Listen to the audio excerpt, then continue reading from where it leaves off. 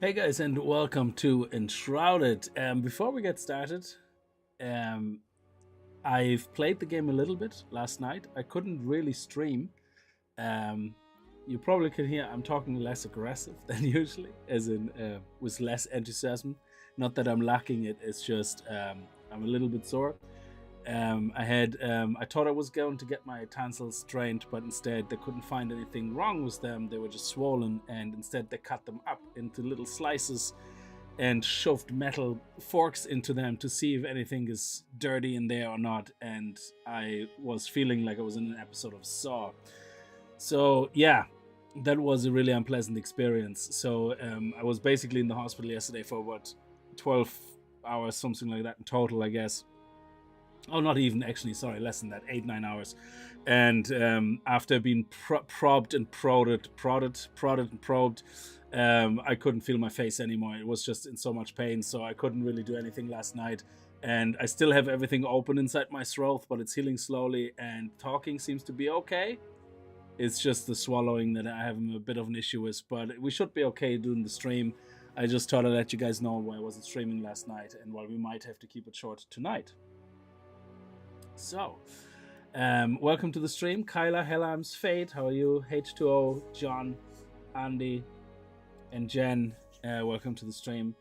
And yeah, so like I said last night, when I came home, I actually played it a little bit. And today, I'm basically not working today, yesterday, tomorrow. So I took my time in the afternoon and just played Shrouded. So if we look at the other character I have, it's already level 3. I did a lot of things to play around with, so I'm very excited to actually start this with you. It's a very awesome game. Now it is a very different pace to Palworld. Excuse me, it's a very completely different game than Palworld, so don't even compare it. I've seen loads of threads saying, "Oh, would you rather play Palworld?" And they're two different games. So I think Enshrouded is really good for what it is, and it's in early access, so it needs a lot more quality of life to be added. But I'm pretty sure the guys are working on it. So I'm working on a private server. I'm not going to use my world because that will have my other characters' base in it and all the stuff I worked in. So we're going to create a new world, and we're going to name it Stream World. There you go. And that's it. You can't change any settings, oddly enough, in this. Now, if you're hosting a server, maybe you can change certain settings, but it looks like we can't change anything, like drop rates, gather rates. Everything seems to be very meticulously set up, like the world is handcrafted, things like that. So just take it easy and relax. Oh yes, John, absolutely. Not pleasant at all. My ex had that problem. We'll go easy on him. You can play whatever you want. So exactly, like play what you want and enjoy it. Exactly. So we're going to start with that world. I'm just waiting for a few more people to show up before we get started. So yeah, it was actually it took me by surprise. I had swollen tonsils since the 19th of December. I had an abscess, and I was told by the doctor after 2 rounds of antibiotics, listen, go to the hospital. They might need to drain the abscess. At least it looked like an abscess. And so I went in with the expectation that they're going to give it a little poke, drain some stuff out. But like I said, it was like an episode of Saw. They said, okay, you sit down here. And your woman comes in. She says, so I'm going to give it a little nick, she says. Yeah. After giving some injections to numb it. It was all local anesthetic. And I was like, yeah, okay. And she put the scalpel near my face, and she started cutting inside. And she goes, yeah, I'll just make a few more cuts, yeah. And then she started sucking with the needle, and says, I can't find any pus, any discharge, nothing. Seems you actually have nothing in there. Like, yeah, I'm like, okay, that's good news, I guess. Yeah, so it's just swollen tonsils. Yeah, bad case of tonsillitis. Well, the consultant then came in and says, now I want to have a better look. And he takes literally a metal scissors with the clamps on the end and goes, now, don't be afraid. You won't feel anything, but I'm just going to have a good look around. And he starts shoving it into my throat, into the side. I swear to God, I could just feel everything. Not pain, but I could feel everything. You know, when you can hear everything. And he hit the jawbone and everything. And the next second I remember somebody hitting me on the face going, are you okay? And I'm like, what? What happened? I passed out cold, apparently. I didn't even realize. I didn't feel dizzy, nothing. I just was like, okay, you do what you have to do. And I was like, whatever, I can't feel anything. And I think the moment I could hear the bone of my jaw being touched, I just, something triggered and I just passed out. And they gave me a bit of time, and then he had another route around, and then they said, no, everything looks fine, so here, just get some stronger antibiotics and go home, like, you know, your blood seemed to be okay. I was like, this is so, like, wow, like, it's like, that was crazy. And I thought I'm gonna go in for a little bit of a poke and a needle, and that was it. So, oh, I felt the pressure. Oh yes, I felt the pressure. Yeah, absolutely. So yeah, anybody who's new to the channel, sorry, that's not usually how I start streams. It's just I have to explain why I wasn't streaming yesterday and why I might have to keep it short tonight. So yeah, but eating is slowly possible again, so just soft stuff. But hopefully over the next few days I can go back to eating my usual nonsense. We'll see. So, but yeah, it looks much better than it did before, so it seems to be working, the antibiotics and everything now. I got really strong ones now as well. And codeine medicine, so I have to slow down on that. I don't want to take too many codeine-based painkillers. They can cause you some problems. But yeah, so I'm doing fine. So let's play this world, and let's start Enshrouded. I hope you're gonna have a good time. A wanderer brought an enthralling gift to the people of Embervale. The elixir. It was a cure, a blessing, a weapon. Once concealed by the ancients, its might had been set free. With it came power, mistrust, and a longing for more. Humanity dug the elixir wells, ripping apart the land and each other to quench their thirst. Elixir and blood, a drop for a drop. But from the depths of the wells, an unforeseen curse crept into Embervale. The Shroud, a ruinous fog which sought only to spread and devour. Facing their downfall, ancients and humans united to forge the Flameborn. Now, your time has come. Awake.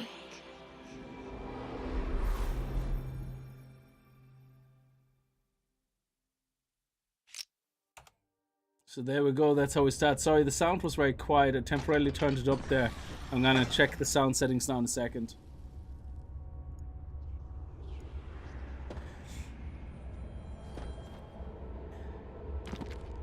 They poked my brain, yeah, and I passed out, yeah. I used to suffer a lot with, like many years ago, I used to suffer a lot with anxieties. For no reason. I would sit on a bus and all of a sudden get cold sweats. No idea why. And it sorted itself out after a few years. And I think that's what happens. I'm very visual in a lot of ways, so when I feel something being done I can't see, I think I automatically visualize it, and I think it just completely got me panicking, even though I didn't feel it, and that's what made me probably pass out. So yeah, but it was crazy, like, so I was gone for about 30 seconds, and I didn't even realize. I was just like, oh, what happened? So yeah, it was an experience, all right. So, all right, let's look at the sound here and let's turn this up a little bit. Why it's very low. The music is low, that's fine, but let's turn it up. And the music is very nice as well, actually. Okay. So this is our character. Now, the reason I gave her white hair is on my other character that I playtested this, I played Ranger, Beastmaster, kind of, into that direction. And this one is going to be my mage. So I want to play around with some wands and some staffs. Is there actually anything in here? Sometimes there's like things in the beginning of a game straight up, and they have like secrets there and you can miss them.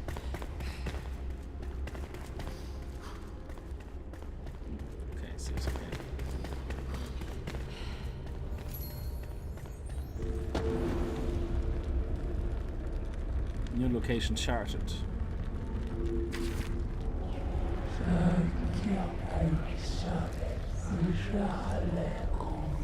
Slumbered for too long, Flameborn, the realm of Embervale has fallen, consumed by the shroud. Now the enduring flame calls for you. Find a place in the ruined world to construct a flame altar.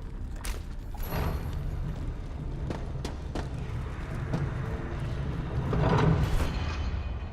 So this is our journal here, where we can see our current quest. The UI is actually quite nice. It's very simplistic, but it's quite nice. This is showing you how you can upgrade your flame altar. You have NPCs that you can you can free, and then you can place them at your home. There's actually, I think, about 6 or so, 5 or 6. And then you have your workshops, the different crafting stations and all that. So, but this fills in over time. And if you're someone who wants to know about everything, they have loads and loads of tutorials here about everything, which is a really good addition, especially for an early access game. This is our inventory crafting.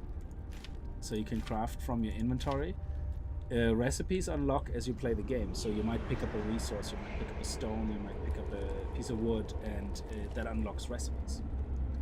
And sometimes you get recipes unlocked only after you find a certain NPC or after you finish a certain quest. So the way the discovery system for recipes is done is quite nice. You always find something new for some reason, and you don't sometimes even know how it's triggered. Oh yeah, there's the craftspeople. So it's 5. So we currently have 5 in the game.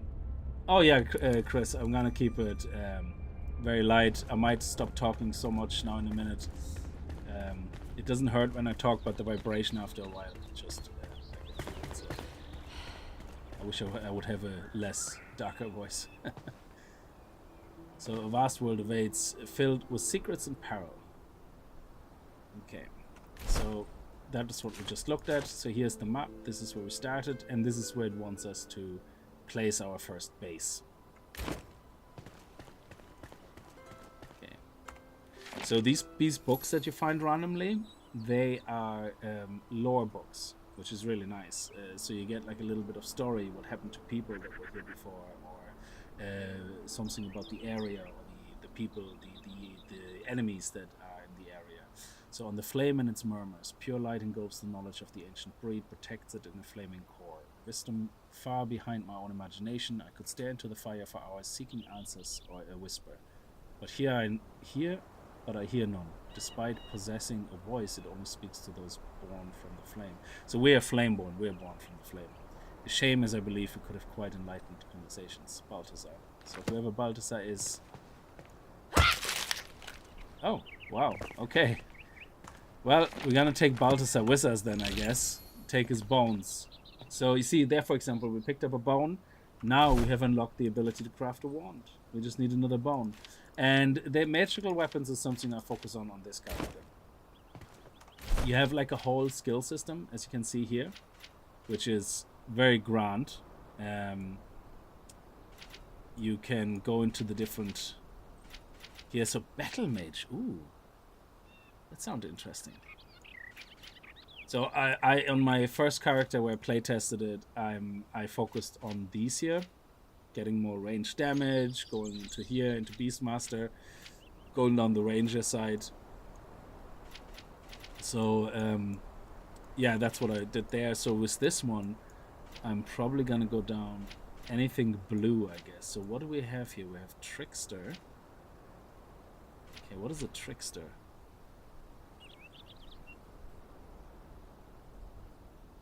A magic-powered punch.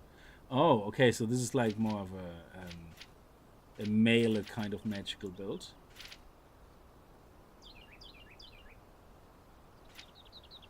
Fire damage. Oh. Lightning damage. Ice damage. Water. Oh, health. So the battle... so this is the healer. And then what is the battle mage?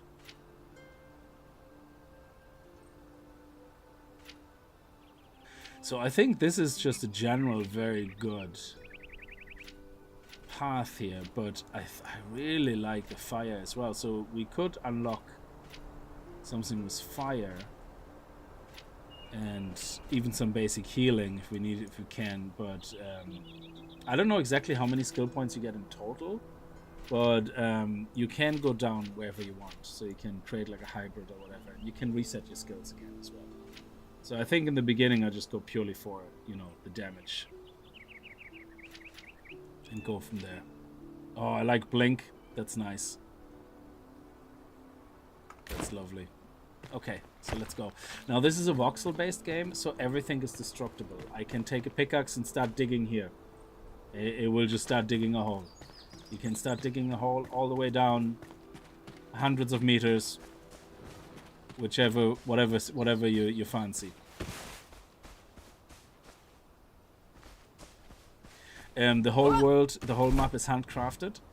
So it's the same for everybody, but because it's handcrafted, there's a lot of secrets, there's a lot of things that you will come across that you might have missed after when you walk past a certain area 20 times, all of a sudden you see something there you haven't seen before. It's pretty awesome. And everything, again, is destructible. So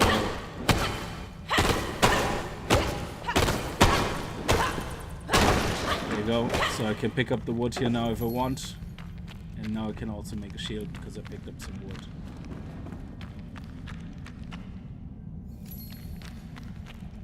So you can see the recipes unlocking there as we pick up resources.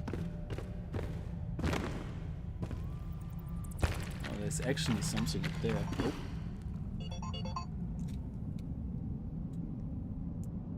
So there's actually something up there and straight ahead, so we're gonna have a look at that.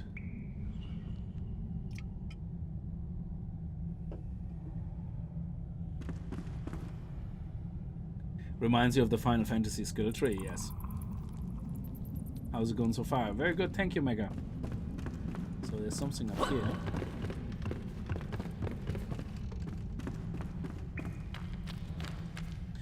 Use a terraforming tool to or explosives to forge a path through the rubble. Explosive powder balls can be thrown. Oh, look at that. Well, let's try that out. Okay. I'm loving this. Okay, we need a little bit more.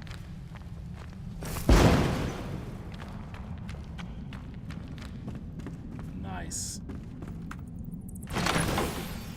Ooh, we got a hatchet. Our first melee weapon.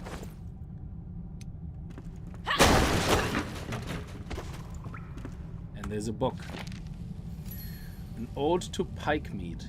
Gather round, we're drinking an ode to Queen once young. 3 babes on arm, cup filled to the brim, thinking out loud she sang. Rather mead in my cup, or my cup filled with rum, drink too much rather than we don't. Can't only have some, so share some around. Drink too much rather than drink one. Rather mead in my head, and my head on the run, than my head on a pike was none, exactly. Get the rum and the mead, get the mead in the cup, get the cup to your head. Drink up. Is that mead or mead? I thought it was mead if it's alcohol. So again, everything's destructible, and you pick up the resources that drop from destroying things. There you go. Very nice. You actually want to do that as well in the beginning, because resources like metal, for example, they're very hard to come by in the beginning. So destroying barrels or anything that has metal in their design actually has a chance of dropping metal as well. And when I say metal, I don't mean metal as in ore. I mean metal sheets. No, well, they're not called metal sheets. You can see it in a little while.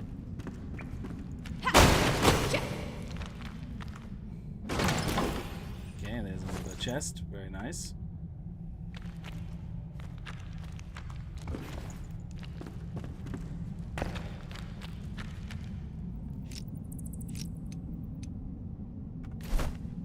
Let's have a look.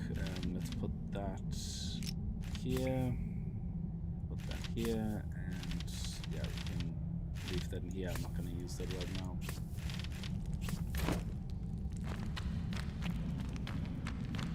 So, and yeah, if you have a pickaxe, you can just start digging into the wall and just keep going. The game is pretty much just complete destructible. So in this game, the reason it's called Enshrouded, obviously, is the Shroud is the big enemy in there. So the Shroud is the fog you see, and that will drive you slowly insane. So whenever you get into the fog, you can't spend too much time in it. The flame allows you to resist the Shroud, but if you linger, you will perish. Escape the Shroud to replenish your maximum time in the Shroud. So you can see as soon as we enter, you see a timer on the top. Oh, sorry. What you see where my face is over, that's just the main quest, so you're not really missing anything. It literally will just only say the one thing there. Yeah. So, or what you see there is if I pin a recipe, you can see the pinned resources there. But I'd rather have it there than on the other side where you actually see my health and everything and my mana. So you're not really missing anything there, to be honest, on the right hand side.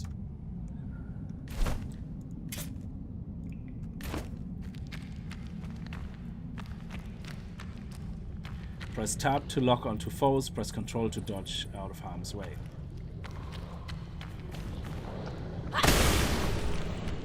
So this is the Shroud. So if I go in here, you can see my time is going down really fast because I'm fully exposed to the Shroud. And here we have our first enemy. Now you don't have to tap target. That's just something that can help you. But I don't use that. And then I use it sometimes, but I find the most agile way, especially fighting multiple enemies, you're better off not actually locking yourself in. So now we unlock the glider, for example, in the workbench here, so we can't see it here, and that is probably because we picked up something else. You can use tab actually to find enemies if you can't see them, which is great. Yeah, because we picked up shroud spores.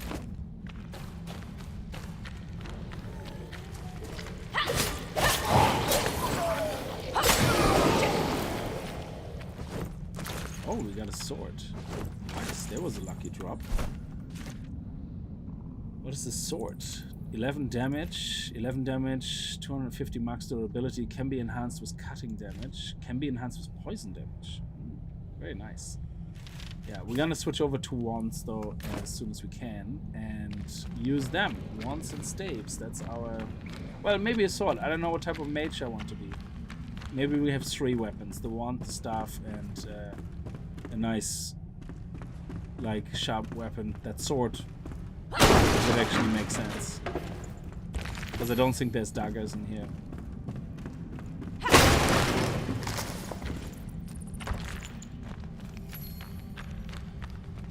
So everything you see there on the left is just us unlocking recipes as we pick up items and resources. If you fall, you will rise again at the last return beacon. So these are return beacons. You either get spawned there or you spawn in your bed.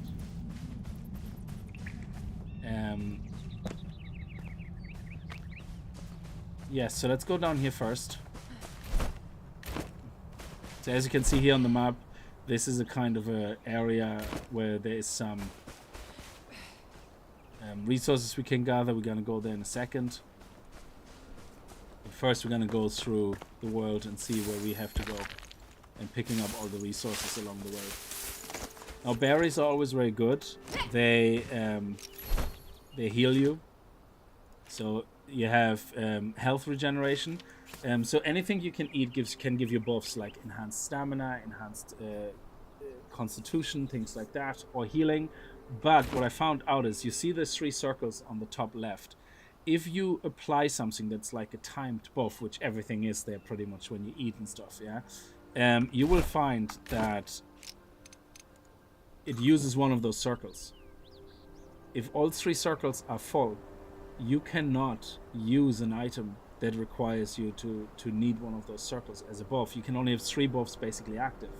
So what happened to me before is I did like say a plus constitution buff, a plus stamina, and a plus intelligent buff, which used all 3. And then when I got attacked and I needed to heal, I couldn't eat the berries because there was no room. So be careful about that. Now you can always use bandages. They don't apply like that. They don't use a buff like that. But that's something just to keep in mind, that you only can have 3 active buffs at the same time. And there doesn't seem to be a way of cancelling them. So you have to wait until one expires, basically. So the mushrooms are going to be very good for me because they actually give us an intellect boost. And we can see here on our character, the attributes, we can see Constitution gives us health.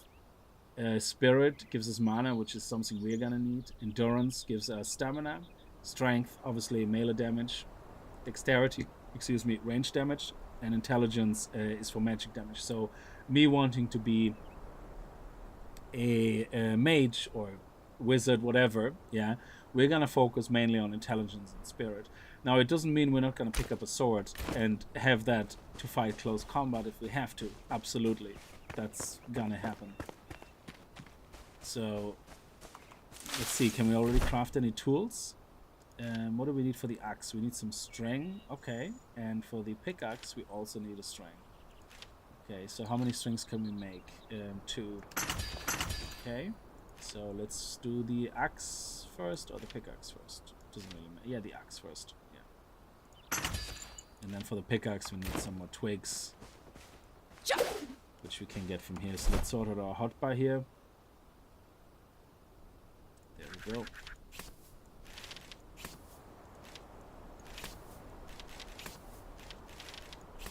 See, this goes down here. And now we can chop down trees. And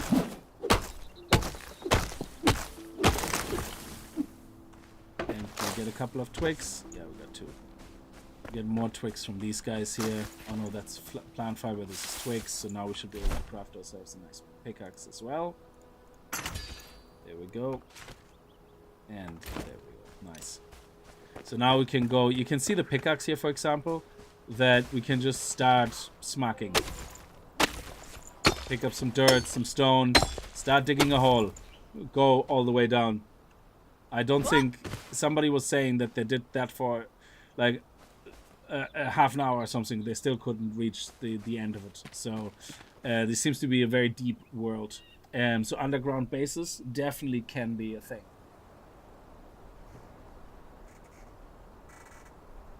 Yeah, exactly.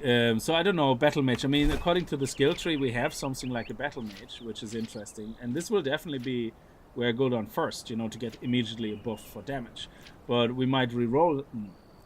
We might re-roll then later for something more specific with fire and lightning, thunder. It would be nice to try all these out.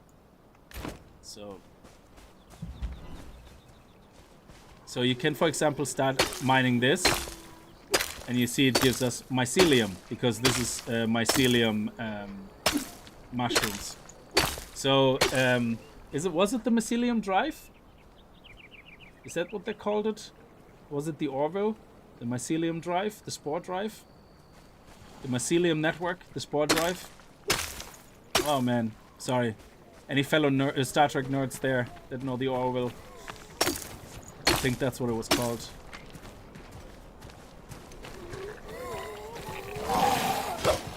So you can also parry these guys, which then basically stuns them a little bit.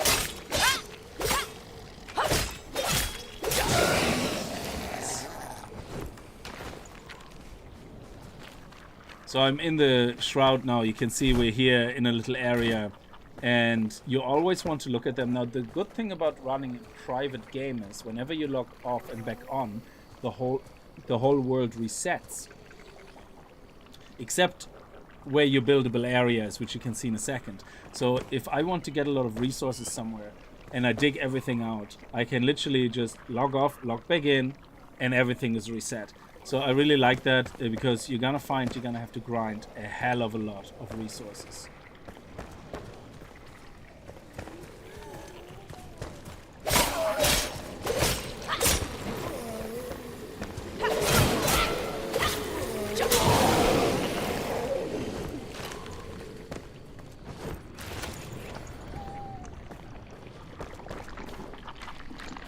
Ah, shit. That actually exploded right in my face. That is not good. Let's eat some berries.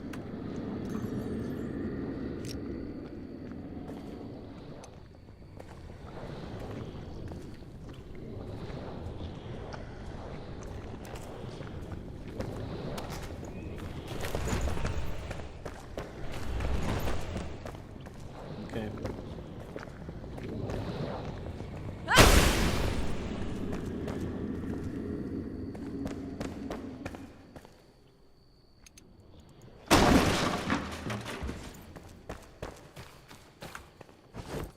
Very nice.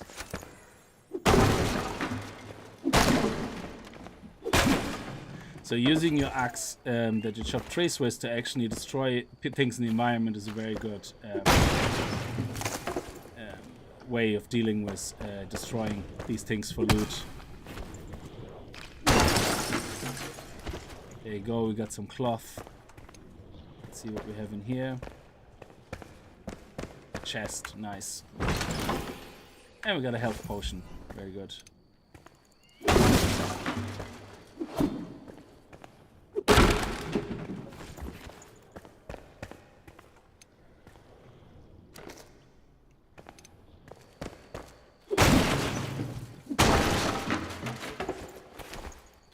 Brilliant, we got some string and some bandages. Now these have a chance of giving us actually metal. Did we get lucky? Yeah, I think we got some metal. Yeah, metal scraps. The spore drive. Oh, was it Discovery? I thought it was the Orville. Oh, Discovery. That was actually a terrible season. A terrible one. I'm watching all the Star Treks in the moment. I finished the original. Star Trek Enterprise. Oh, whoops! I have to get out quickly. Oh shit!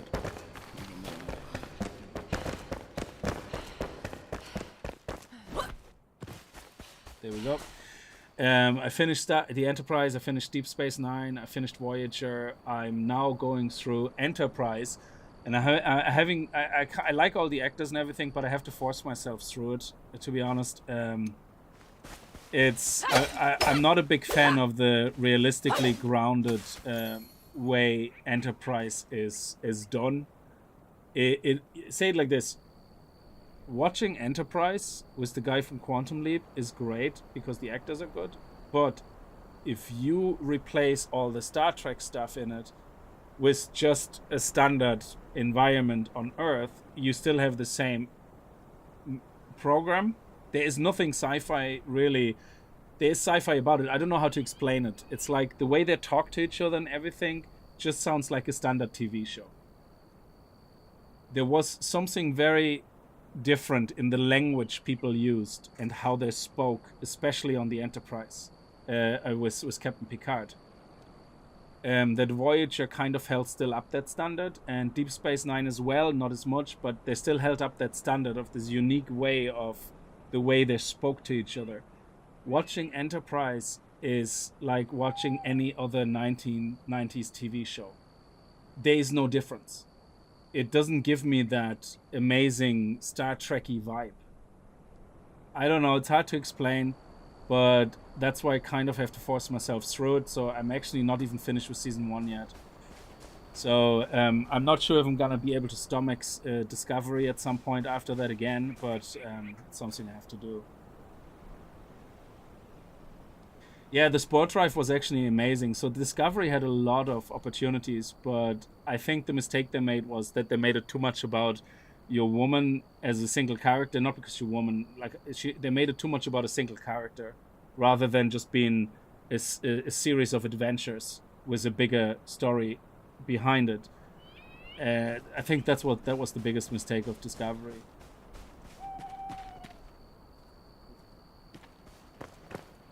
Yeah, Discovery got better, to be fair, but the first season I lost interest after the first season, but I forced myself to watch the second season, and it did get better. You're absolutely right.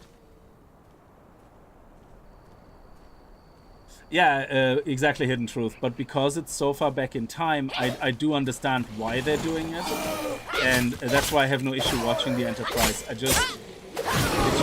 It doesn't have that same magic to me though than the other programs did. So I'm watching it less frequent, but I definitely want to watch through it, and it is very good. Don't get me wrong, it is very good.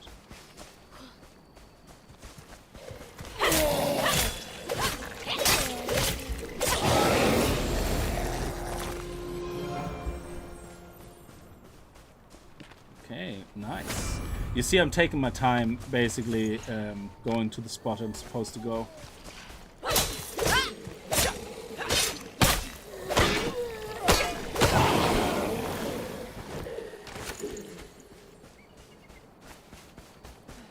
Let's pick up everything here.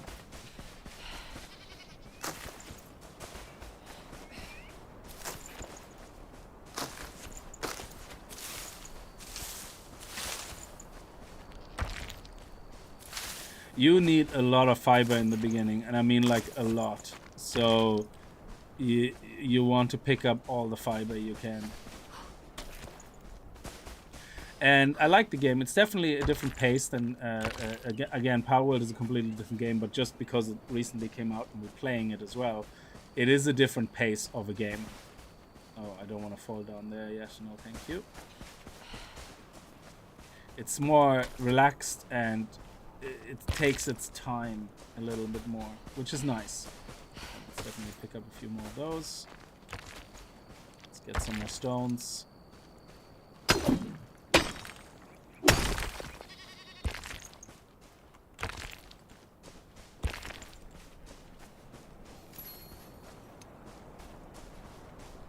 Okay, so you don't have to build your base here, I guess. I'm just gonna do it because that's where the game wants you to kind of do it. So we're going to build the flame altar. Now, when you build or craft anything in this game, I haven't watched Picard yet, Black.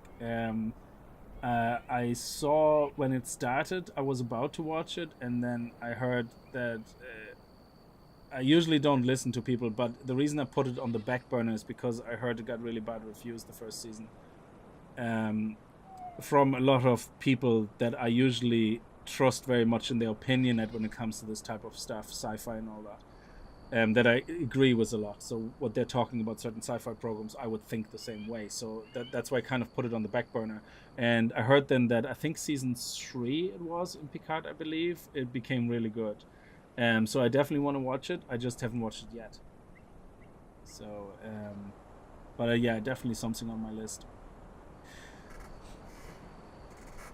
So I will watch them all in order. So I skip the movies in the moment. I'm only going through the TV series. So when you craft in this game, everything you craft goes into your inventory and you have to place it. Hate it or love it. Some people like that. Some people don't mind it. Some people can't stand it. You know, each to their own. So that's just the way Enshrouded does it. So you can see here we can move around. This buildable area here is basically what you will be able to build in. You can increase that buildable area by upgrading this altar at some point.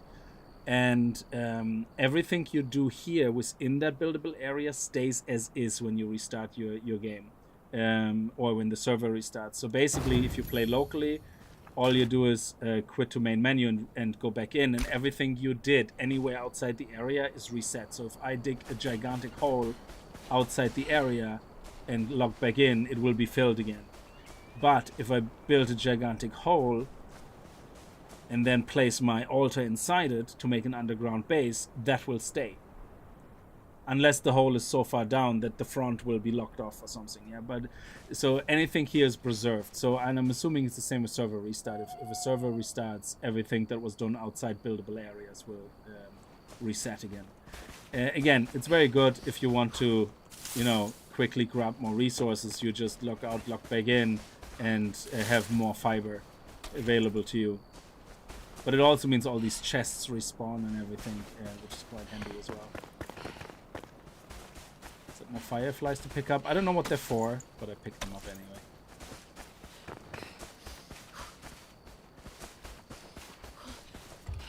Okay, so now we have the altar. You're not alone. There are other survivors drowsing in nearby ancient vaults. Find them so they may aid in your journey. Go gently on one beckons nearby, just outside of the shroud.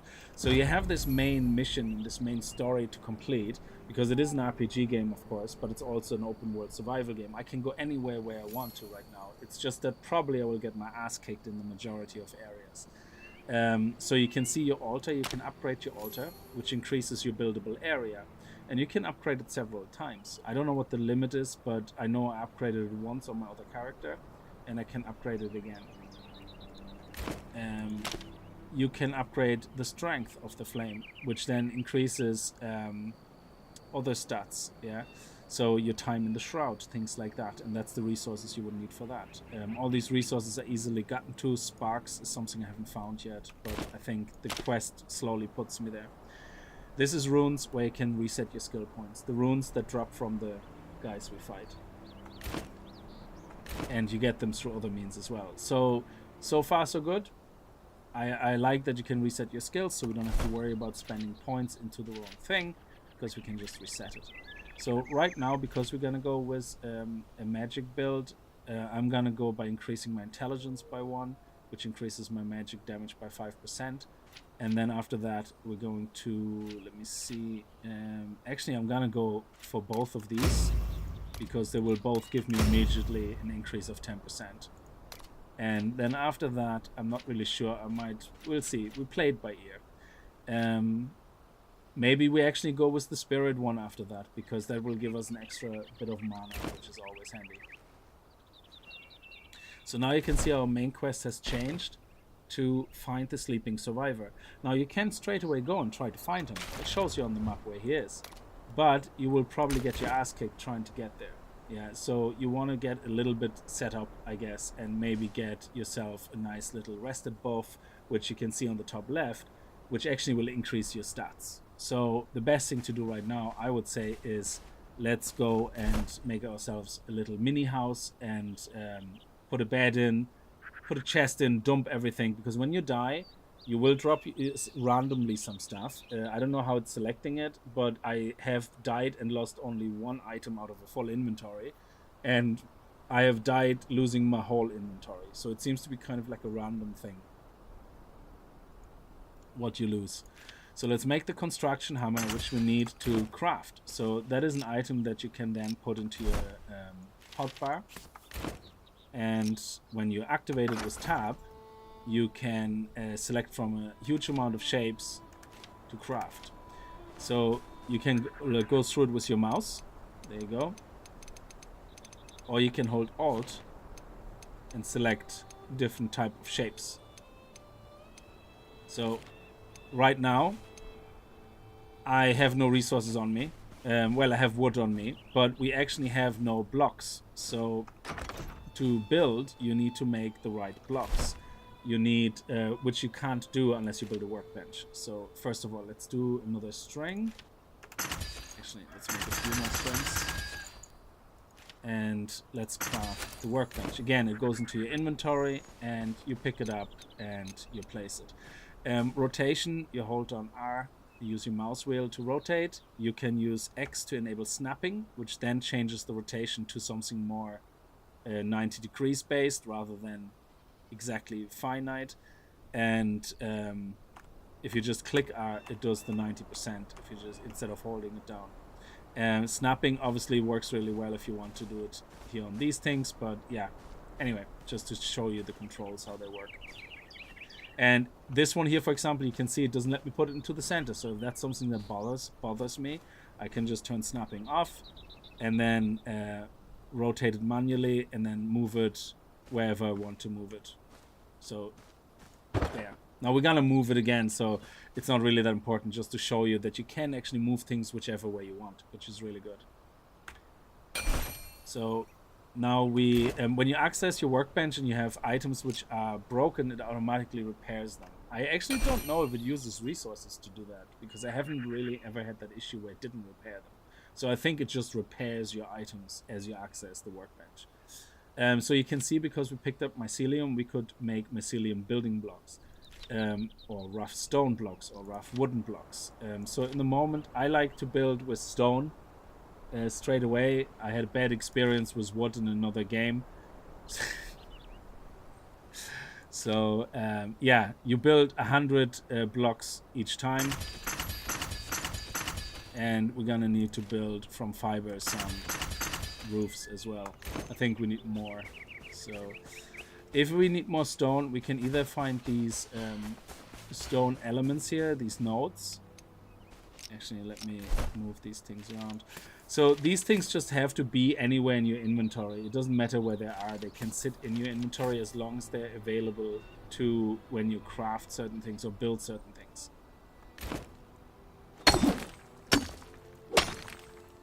So So we can either get stone here through that, and then pick up the loose stone.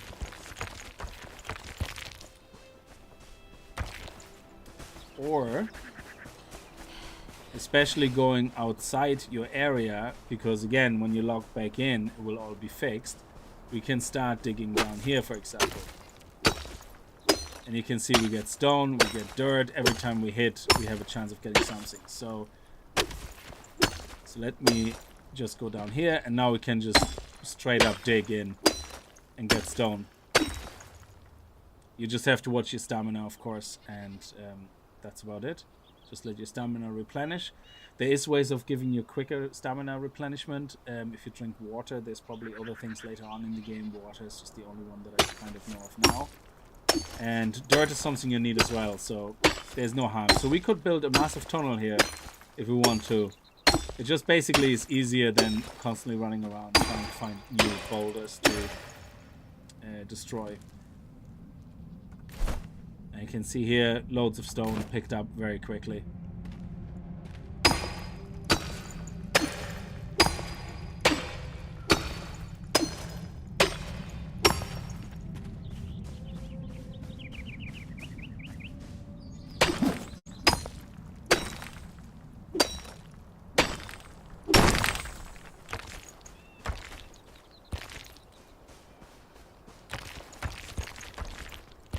So there, as far as I know, there is no weight limit. You just are limited by the number of things you can pick up. But you can utilize your hotbar as well, which is really good.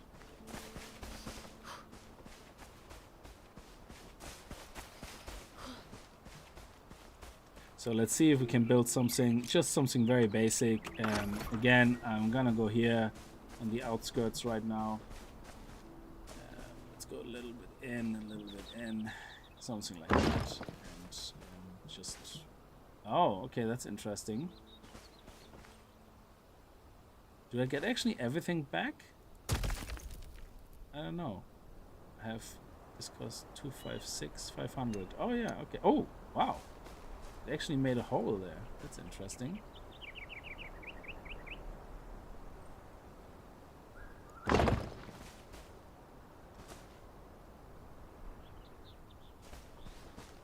Oh, okay, I just didn't have enough stone. Okay, so we have to build more stone blocks. It takes 256 stone blocks.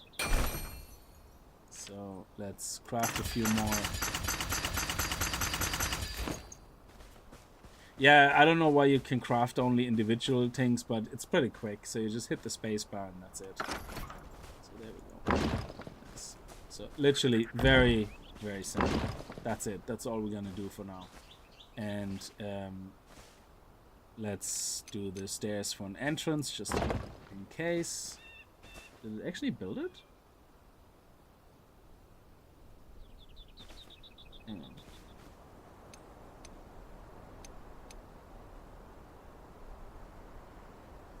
Ah, there we go. Okay. And yeah, let's build some walls.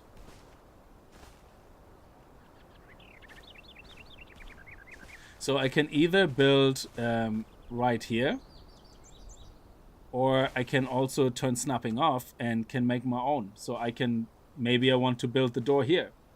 And then what I can do is go to the smaller block size, for example, and build tiny blocks here myself and build up the wall. So you can build a whole wall using precise or in the smallest block size possible, which is a single terrain block, which is this little square, which is a really nice feature because it means if you are very picky about certain things, like you can see, I can remove this block here, for example, if I want to. So I can make things look better, whatever. Yeah. There you go. And then I can use dirt probably to, yeah, you can see with control on the right hand side, my face is slightly over it. You can see I can go to dirt and then I can say, oh yeah, let's fill this up with dirt. So I can click that and straighten it out. So you have a very granular way of influencing the area, like what you're building. Okay, I completely messed that up, but okay. can always remove it again. There you go. So if you're really mad into building exact things, you have a lot of freedom here with this build system. I think it's a really interesting system. There you go. Now I look normal again.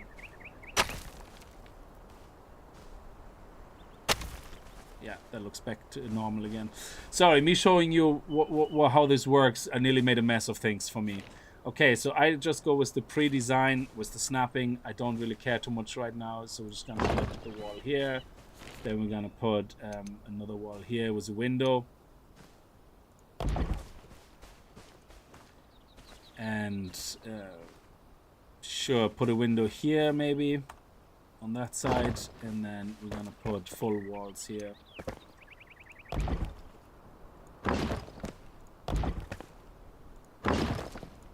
There we go. And now for the roof, we're going to the roof tiles. And with the roof tiles, I use the fiber to build them. So I can just... oh, that's the small roof. Let's go for the bigger one. Yeah, that one. Okay. Let's turn it. Turn it. Just a little square house. Absolutely fine. And we need one more set of blocks. So let's do that. We need more plant fiber. There's some over there. I think I want to build... Yeah, you can. I mean, there's literally no limit, I think, to what you can build. I actually don't know how high it goes. Oh, look, here's some honey as well.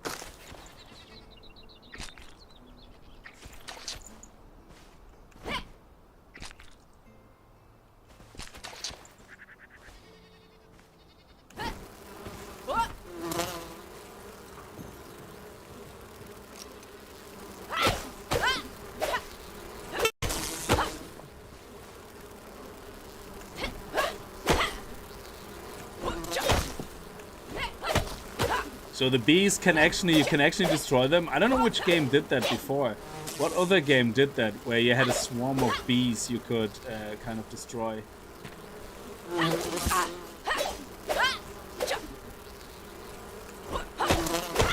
Yeah, anyway, I'm not gonna try. They're killing me slowly.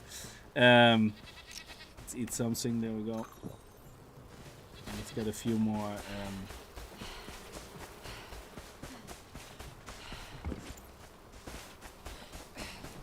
fibers. Yeah, definitely pick up the mushrooms. They will give us a higher intellect.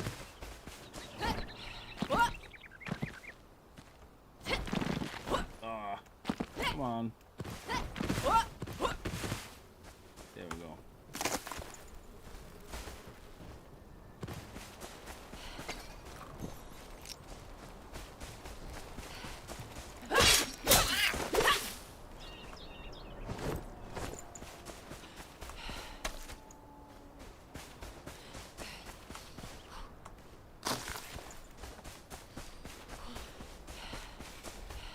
I think we have enough now to make one more roof. And then that's it. Then we just make a bed and that's pretty much it. So, yeah, one more of those.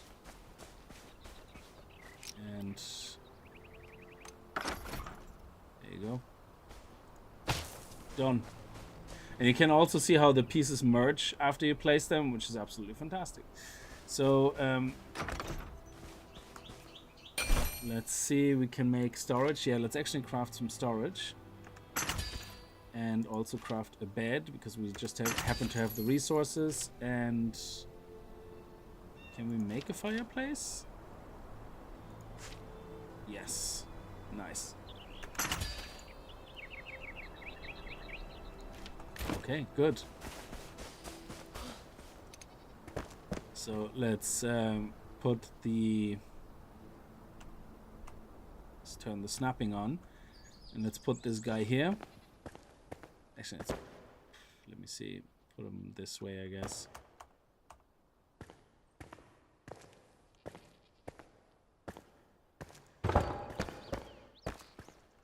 You can pick things up again, which is great as well. it's still a bit far out.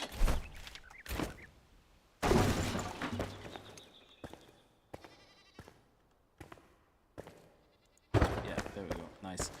And that's a small, tiny chest now, so we can start putting some resources in there if we want to. So let's put everything we have, I guess, in there. Yeah, these building things and weapons I put somewhere else, though. So anything like this I put in a separate chest. Bones can go in there as well. So G is sorting. The sort I'm gonna keep. Let me see.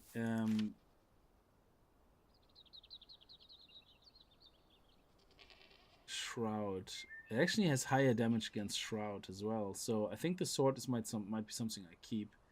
So the hatchet, I'm probably gonna even though it has more durability, I'm probably gonna get rid of. Yeah, salvage it. Salvaging things gives you runes as well, so you will always have runes, which is great. Okay, and this one can go in there. We keep that. What does that give us? Oh, that's a stamina recharge. That's actually really good. So this one gives us +1 intelligence, but we're gonna cook it. It will give us more. This one gives you +2 health regeneration for 30 seconds, and this one gives you +15 stamina recharge if you need it. So you can have that here as food as well. But that's a kind of more of a finite resource because I don't know exactly how to get more honey, so I'm gonna keep that there. This is very good when it's cooked, which we're gonna go over now in a second. And let's place the bed first. So here's my bed. Let's put it here by the window. I can put it a little bit closer. There we go. Nice. And at night you can sleep in it, and you can see already we're getting a rested bonus now slowly. But I think we need the warmth of a fire. So we're gonna, yeah, let's put the fire right beside us. Actually, let's not put it too close to the wall. Oh my god, that hurts. Oh shit, bad. You bastard. Sneezing hurts my throat a lot. So yeah, let's put it here. Now the way cooking works is actually pretty cool, but you can see now the rested bonus that I'm gonna get has I think a maximum of 11 minutes. So by having warmth, comfort, which is a bed, and shelter, you get a rested bonus for a certain amount of time. Now you can add more things that give you a higher level of comfort, and then that time I think increases. So I think if you look at your status details, you can see that increased stamina maximum, and regeneration. So we get more stamina and more health regeneration, or more stamina regeneration from this if we take all these boxes here. So for 11 minutes. So now let's cook. The way cooking works is actually pretty cool. You select the item you want that is raw that you want to cook, and you click to hold to cook, and then you let go when it's cooked. I think that's really nice. It's like it's not really a mini game because there's no challenge to it, but I kind of like the idea of just relaxing, sitting down, cooking your food, you know, taking it easy.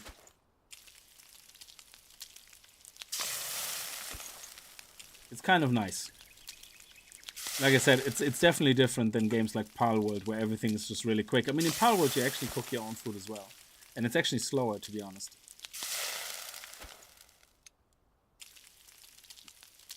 Now, the great thing about lean meat, I actually don't know if we can do lean meat at the same time. If we eat lean meat, you see the dots on the top left, and look at my health bar now.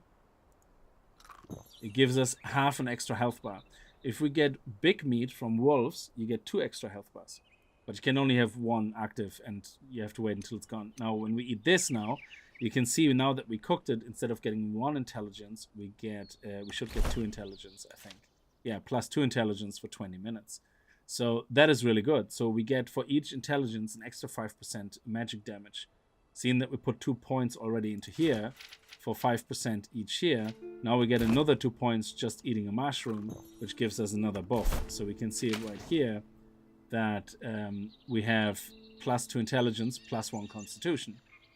And as we could see on our character earlier, we can see now here that our health, it says on the bottom, temporary boost 50. So we can even see exactly what gives us that health.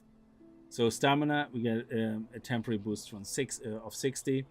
And that comes from our comfy boost or whatever. And intelligence is 4, which is all 4 are boosted. Yeah, they're coming from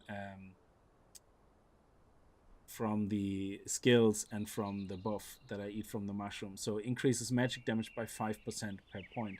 So we have an extra 20% magic damage boost right now, which is really good. Okay, so we should probably see if we can craft another. So I'm gonna keep that here, and yeah, I'm not gonna keep the health potion yet. We only have one anyway, so it's not that important. And I think we're pretty much done crafting. I just need to move my workbench into my house now, because that's what I want to do. You don't have to, I just want to do that. And yeah, we're gonna build a door and a window at some point, but I don't think I have access to that yet.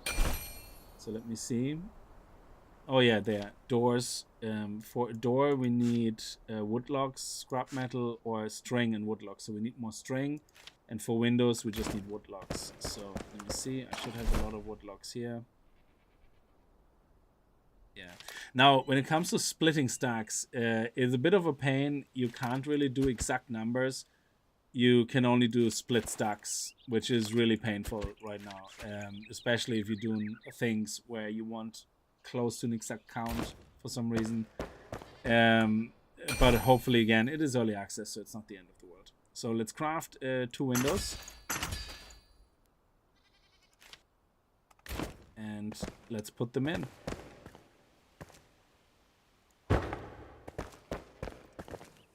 There you go. Now we have the windows built, which is nice. And for the doors, we need 2 more strings. So let's see if I have enough plant fiber for a string. And we only have 3 actually, so we have to get more plant fiber.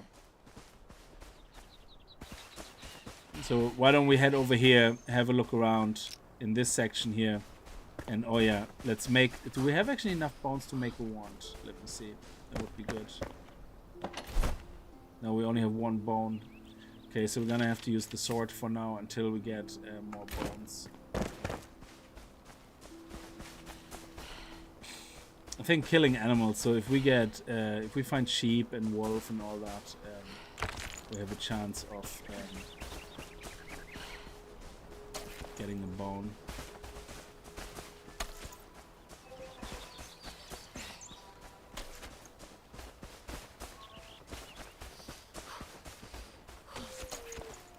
Oh, there's a wolf.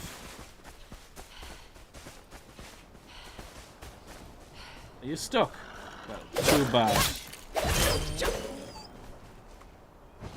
There we go, we got 2 bones. Now what we can do is we can craft ourselves a wand, I think. Yes. So +1 mana regeneration, 10% overcharge, whatever overcharge is. This wand holds a chance to amplify its damage output. Attack deals damage up to the overcharge percentage. So we can have another extra 10% damage now if we're lucky, which is really good. So it's a mid-range weapon. Let's put it into our inventory. Another thing I don't like is every time you pick something up that you don't have yet in your inventory, it puts it on your hotbar instead of your inventory. I wish they wouldn't do that. I personally am not a fan of that. So there we go. So now we should be able to shoot at the sheep. So we can... Infinite ammunition. Can we hold it down? No. And there's no block with the right hand, so you can't block. Again, mushrooms are very important for our build here. Let's see. We can actually... I think we can even lock on to target, and then it doesn't matter. It will always try to... Oh, it actually doesn't follow him. Oh, we lost the top target. Hang on. There. Yeah, you see the way it will always try to shoot at him.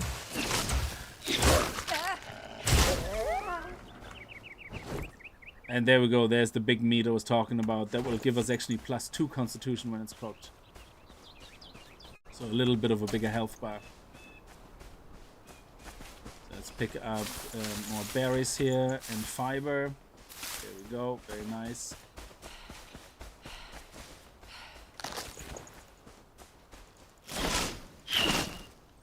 Yeah, it's a mid-ranged, so we have to be a little bit closer.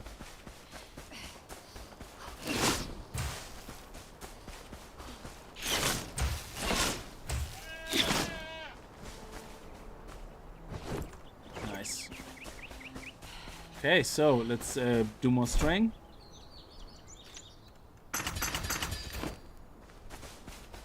And that should allow us to make a door. So you can see there's different variations. They cost different resources, but you can see this one has no extrude, and when it's white, it means you can build at least one variation. Here we can build several if we wanted to. Fences, things like that, and you unlock more and more things. So you can see the table, for example, would be very good to give us an extra comfort. So why don't we build a table and a chair just for giggles? Why not? And let's put it here. Put the... It's a very small house. So let's put the table here and put the chair here. So now you can see the rested bonus goes up to 12 minutes. And now it goes up to 13 minutes. So for each point of comfort, you get an extra minute, which is nice. Okay, so let's cook the big meat as well.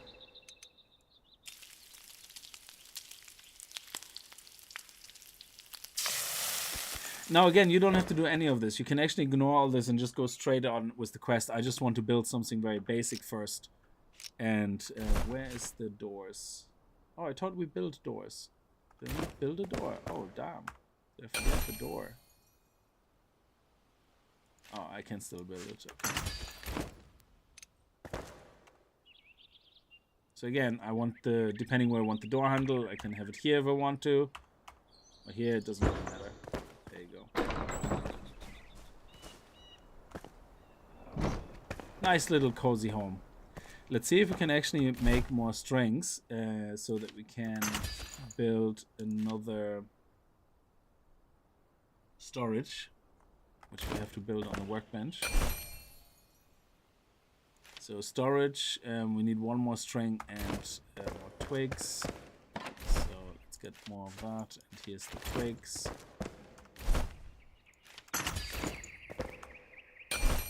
Storage, nice.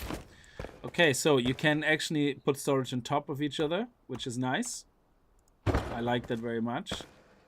So, and then you just look down to access the one on the bottom and up to access the one on top, which is very nice. And there I'm gonna put all that nonsense in there that I don't need right now. And my weapons and my tools and anything that is not resources really as such, if you know what I mean. And there we go. Now the red mushrooms, I leave them down here as well, but we're just gonna cook them up and leave them down here in the inventory. Again, G's to sort. If you want to sort, oh, it's already sorted, very good. And down here, if you press Shift R, it just puts everything in there that already exists in there. If you just press R, it puts everything from your inventory in there, but it leaves your hot bar alone, which is quite nice. Okay, so next things, what's next? So if you look at your crafting here, you can see these little quest markers here. So that kind of implies, okay, they want you to craft a glider, they want you to craft a grappling hook, and that's all good. So before we look for our dude, the next thing I want to craft is a staff as well, because I want to see how staves work. Actually, let's go to bed. It's nighttime now, so let's have a little snooze. And you see the nighttime speed on the top left is now increased by 60%. Or times 60. And here we go, it's morning. I love this. It's a nice little animation there. So, size does matter as a main. So let me just catch up with chat. I just want to make sure I cover all of the things now around the building. Oh, there is a height limit, yeah. I don't know what the ground limit is. I watched Z1, I think it was Z1, a video from Z1. and he said if I get it mixed up, it might have not been Z1. He dug down. Oh no, it was Total Eclipse. He was saying he dug down like for an hour or so, still couldn't see a ground or something. Yeah, it was either Total Eclipse or Z1. One of them said that, and so it's crazy. You can apparently build like really, really far down. So I believe there's an item I unlocked that allows casters to block attacks, but not sure as I haven't crafted it. Yeah, there's a lot of discovery in this game, which I really like. So you don't get bombarded straight away with, hey, you're level 12, you're level 2, unlock this. Excuse me. It's like more, you found this resource now, you found this NPC now. So, and I think this is really nice. So let's put the cooked stuff here on the right, leave that here, and we don't need to cook any more mushrooms right now. So, yeah, I put them in here actually for now. Leave that space for other things. Alright, so I think the next thing we want to do is explore the area here. There's a little ruin, and that is so we get more drops, get a couple of more resources, so we can hopefully do things like the glider. And just to test this out, actually, you see the way I dug this hole here, yeah? So the building area only goes to about here. So if we now restart, so I'm going to show you this. Return to main menu, play, private, select our world. This hole should be closed again from what I understand, because our server has shut down and has been rebooted. So now you can see over here the hole is closed, and also all the shrubs that we picked up earlier, they all respawned. So I find this, especially for single player that don't work with a group of people, I find this so refreshing. Because fiber, you could see immediately, we already picked up all the fiber, but we still needed so much more. And oh my god.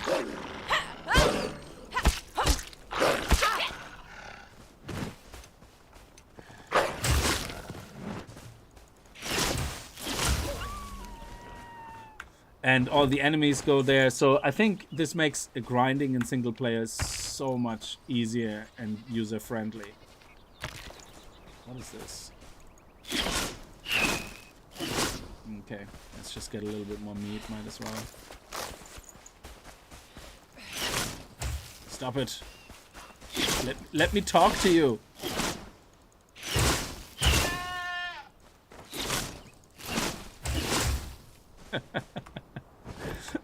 Oh man, this is fun. Yeah, I like the bow and arrows as well in here. They're so nice to play with. On my ranger character, where I playtest a lot of things, is so fun to play with. So yeah, this wand is actually kind of nice. The mid-range thing is a bit annoying, but hopefully we unlock bigger ones later on, which gives us more range. Rabbits.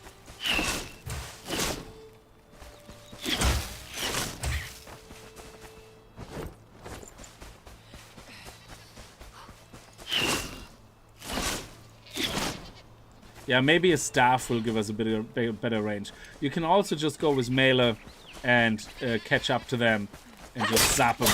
There you go. It's another thing you can do. Either way, pretty awesome, I think, the way it's done so far with the different weapons. I'm actually liking the wand quite a lot. Okay. Let's put that food down there. And let's explore this area here.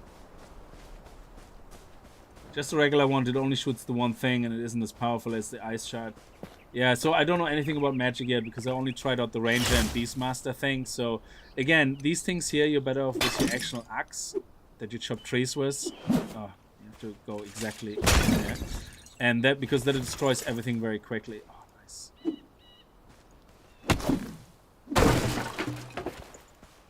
Anything like this that has metal has a chance of giving you metal scraps. These things also have a chance of getting you metal scraps, but they mainly give you cloth, which is very good.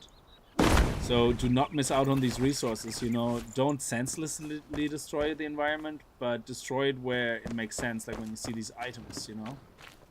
Oh yeah, straight away go to this well as well.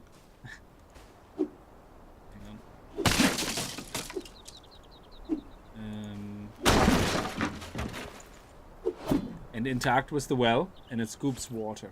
Very important. Water is very, very important. So water, as you can see here, gives you 1 endurance and 1 stamina recharge. So now,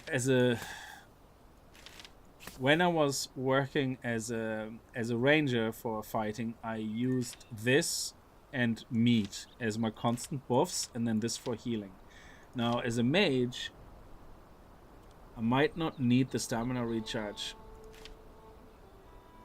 I might just go with Constitution and this, because we can only have 3 active at the same time for now. I don't know if that can be increased later or not, but water I could only use interchangeably with Constitution, so one of those should only be active, because if I activate this now, all 3 are full and I won't be able to heal myself.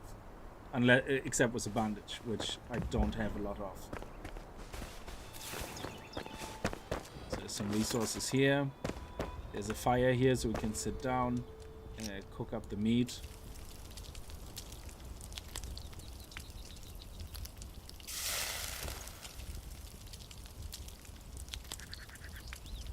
Oh yeah, we got a hatchet in the tutorial tunnel as well, but I salvaged it for runes.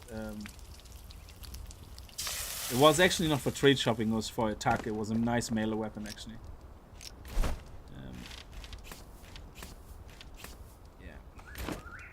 Yeah, here's some more resources. There you go. Actually, we could have cooked a little bit more there. As far as I know, there's no timer on the food, so it doesn't just disappear or go off. Oh, there's loads of hidden chests. I think this place alone here has 3 or 4 chests. So here's a book, A Good Night's Rest. New lore. Finally, a break from the tedious work. My bones are sore, but the warmth of a fire and a little shelter and some sleep should allow me to become well rested. Food is getting scarce. I hear they're planning an expedition. Thankfully, I hid some rations below my bed. They will work for a nice meal when cooked over fire. So there we go. We got the rations below your bed. Okay.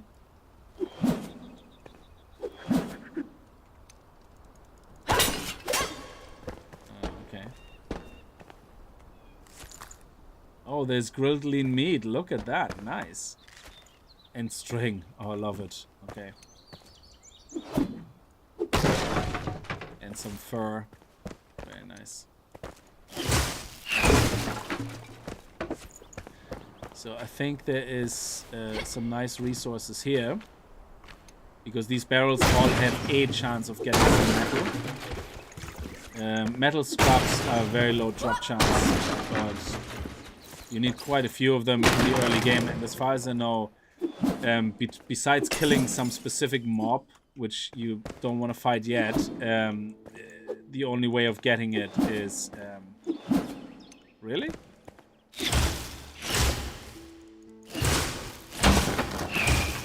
Is destroying, you know, the environment.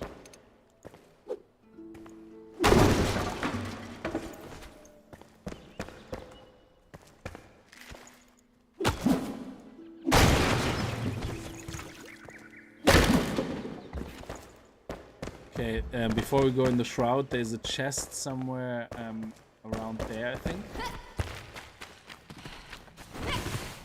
Oh, there's flint here in the wall as well. So, oh shit! Oh bastard! I didn't even see you.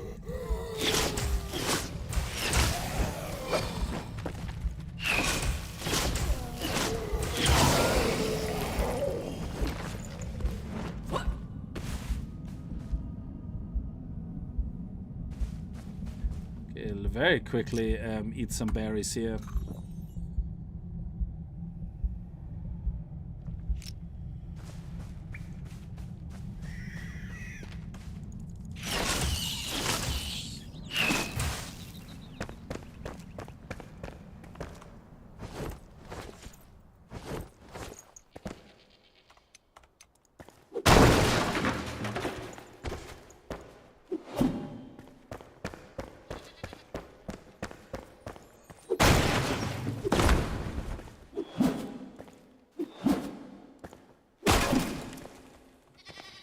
Oh, nice. We got actual string. Saves us the hassle of crafting it ourselves.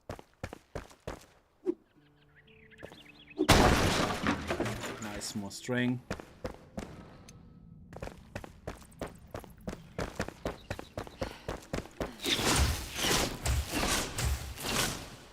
Bastard.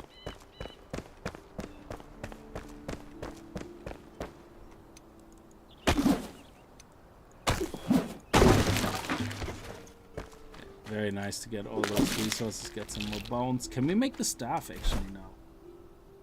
No, what do we need for the staff? We need resin. Okay, that's actually very easy to get, resin.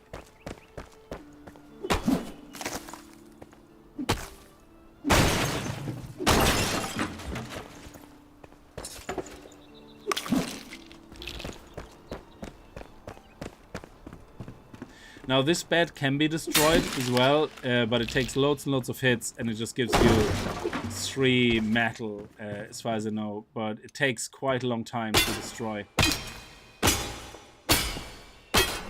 So let's see, actually. I mean, it's worth the 3 metal because... Oh, actually, that was much quicker than I thought. Did we get the metal? Oh, I got 3 metal last time I destroyed it. Bastard.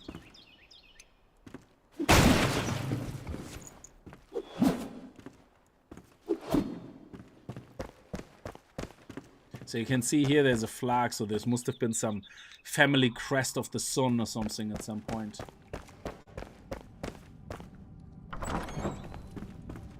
Here we go. Nice, get some berries. Oh.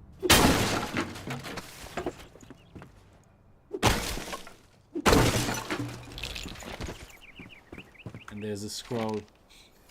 New location charted. Oh, new location. Don't leave my side. Jasmina, is it true? The ancient call upon you to stay behind as the rest of us slumber. Will you be there when I awake? Please, you cannot leave my side. You're my all. Why must we change? I miss the old days when we used to travel together side by side. You let me linger next to you. Sounds very creepy. You held my hand, and now all this secrecy for what? I thought you could confide in me. I don't want the ancients to drive us apart. I lose all faith. If you must go, at least give me a farewell kiss. So that makes sense. I didn't notice that when I playtested. That was my other character. This quest over here is basically the continuation of that letter. That is interesting. So we have like a little bit of a lore quest going on in there. That is interesting. I like it. So this is the main quest here, where we have to find the sleeping survivor, which we're gonna do now in a second.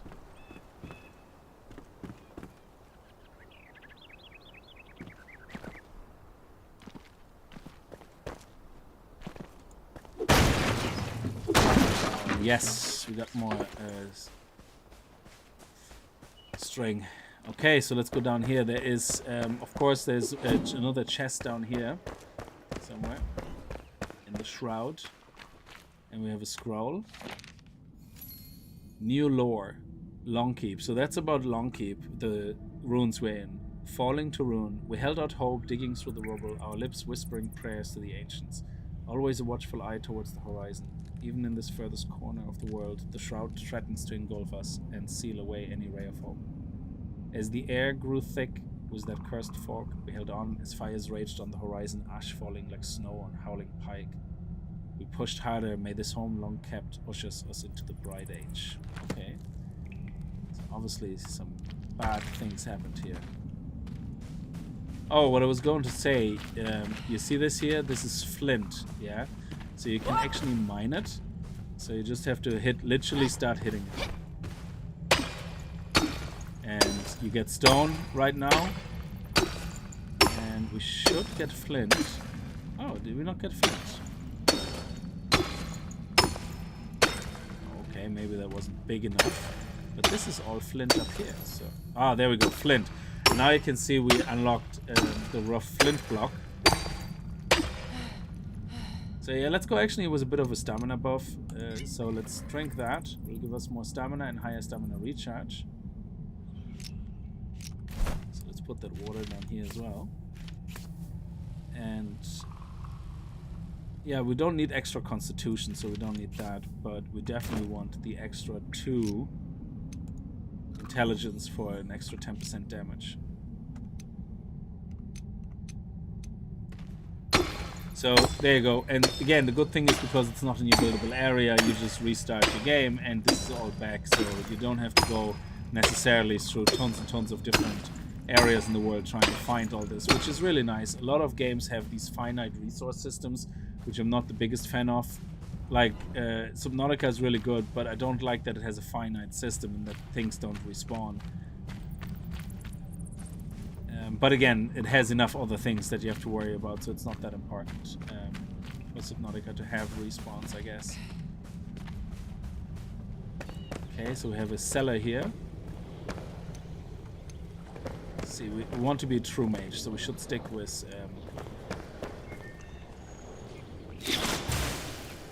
what's the wand? New lore page. General. The alchemist theories too. The blue jays no longer drift so carelessly through the air. Something is changing. A nebula flows towards us, springs from the abyss like a tidal wave. They call it the Shroud. It carries diseases and suffering. It changes soil and people. I must understand this madness, but discovering a remedy will be difficult with supply lines cut off by the soldiers.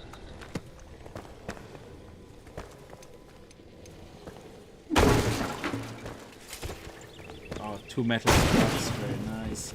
So we actually got very lucky on the good old metal scraps there. Let me see. How many do we have? 10. That's actually really good. So one of the things that we want to do now is we want to craft a lockpick. And that's just because I know that there's a chest in here which requires a lockpick. Maybe a bit of a waste because metal scrap is very valuable in the beginning.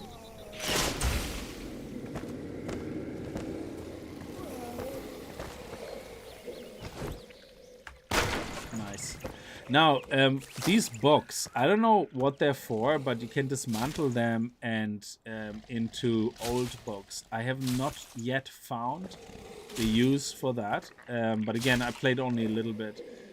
So I'm assuming, I mean, logically, I guess maybe spells? Custom spells to learn or something? I don't know, maybe they're a resource to craft spells? I don't know.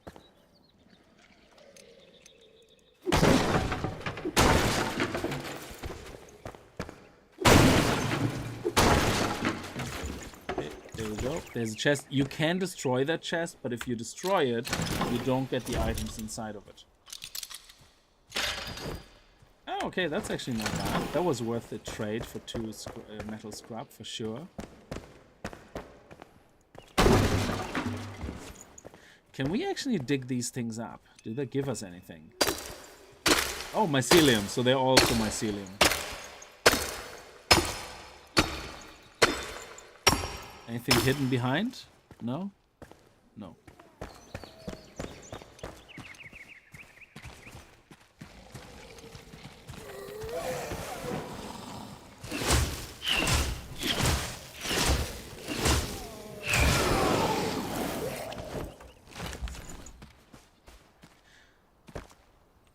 Sorry, this is where we were. There is another one. I forgot. Yeah, this is a weird one here. You can actually dig down here, and it seems like there is something. I haven't actually bothered digging too far, but it's like there's like a hidden entrance or something.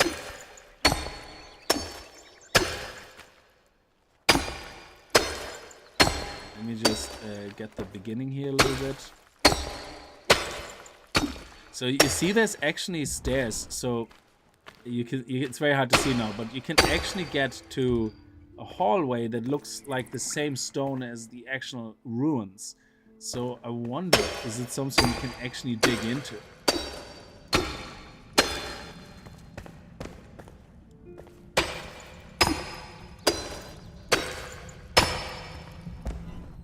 It's very hard to see right now, but you see you see the wall? There's actually walls from the ruins. So I wonder, is it actually something you can dig through or something to find like a little chest or something? I'm not sure. Anyway, this game is really, really good for making you want to explore all these things and oh, whoops. And, you know, dig randomly into places just to see if there is something. So there's another chest further down here, I believe. Let me see. Yeah, here. Yeah, too far away.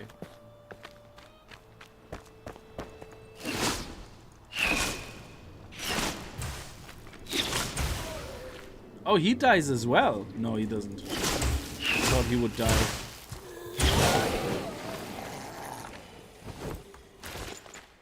There's another chest. And more healing and bandages. Very nice. So exploring these little guys, again, we don't, on stream, we don't have to do all of that. I just wanted to show you that it's definitely worth it to go through these ruins and destroy these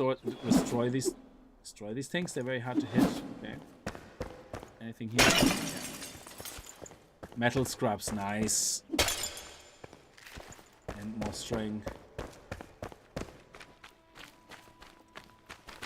And I'm sure there's another one somewhere, I guess. I just... Oh. No, that's the one we were actually at, sorry. But I guess that's enough for now.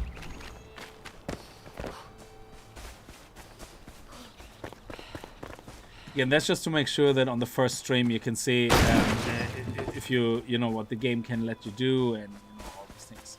So if we need some resin now, let's just punch a tree and it should start having some resin fall down. Now trees are a little bit like the boulders. You don't really get the resources all the time when you hit it. Sometimes they fall down a little bit, but you get mainly everything when the tree gets destroyed.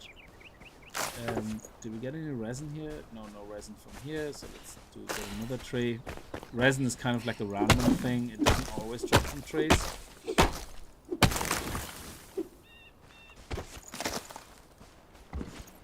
Okay, we didn't get any resin here.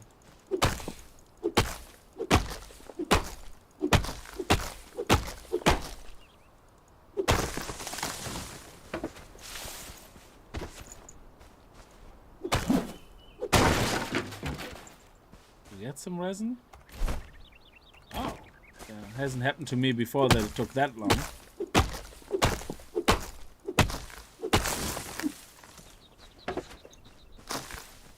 Okay. Come on, give us some resin here, dude. There we go, finally. Okay, so we got the resin, so now we can craft ourselves a staff.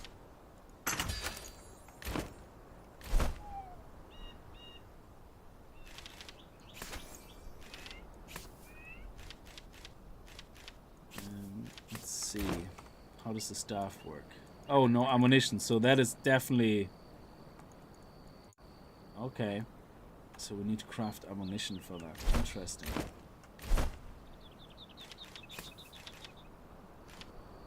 So I think we're gonna need to have always a melee weapon on us as well. So we start off wearing them down with the ranged, and then boom was that. And this is obviously... Staff can cast spells by you. So this is for proper spell casting then. That's nice. Well, while we're here, might as well go through here again quickly, because we did restart earlier just to show you how things respawn.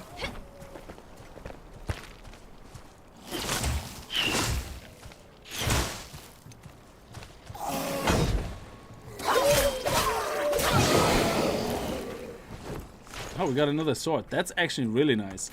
Is it the same one? Exactly the same one? Yeah. Ah, sweet. In this case, destroy it for resources.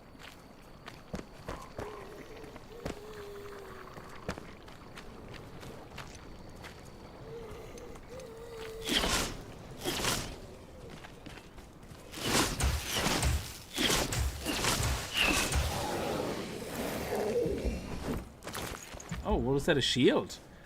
Oh, that's nice. So if we equip the shield, does that mean we can block with the wand? Yes! Oh, that is awesome.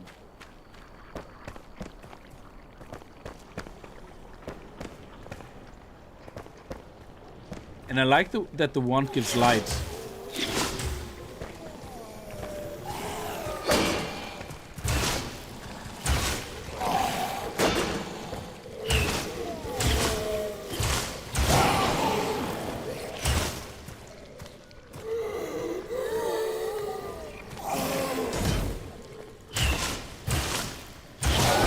Nice, so we can actually do the good old block with the wand as well. Nice.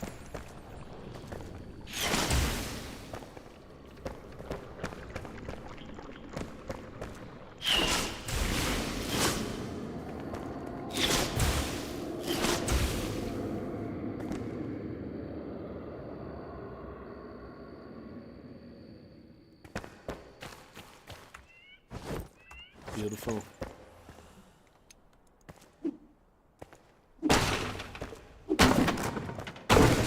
Any metal? No, just wood. Can we destroy that? Oh, that doesn't give us anything. Oh shit, it actually grew mushrooms. That's pretty awesome.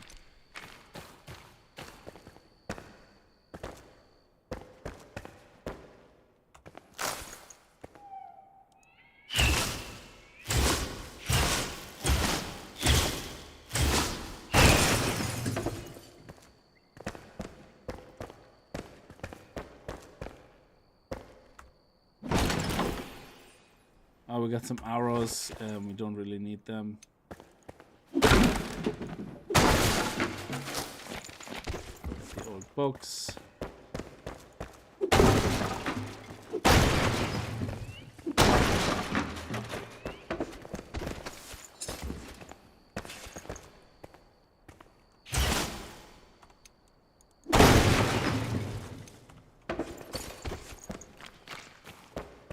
Okay, so now we have to get out. It probably would make more sense to actually have a proper torch on us. That gives more light. So let's see, torch. Where's the torch? Here.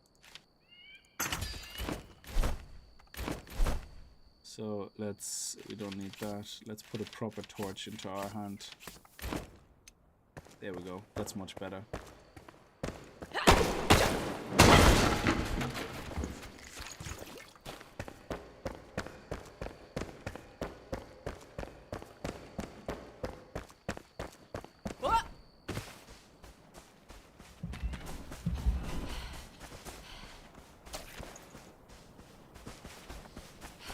Pick up more of these guys.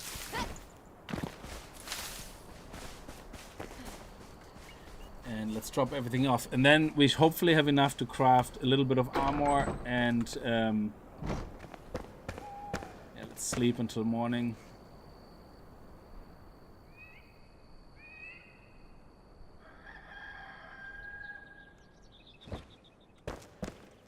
And put all our resources away. And we have new stuff. So the books, I don't know what they're for yet. I'm gonna put them here. Yeah, let's put the string here. It's crafted stuff. The rubble here. The flintstone here as well. This I'm gonna delete because I don't need. I'm not gonna use ranger weapons with this. And here we go. Okay, let's cook the rest of our food.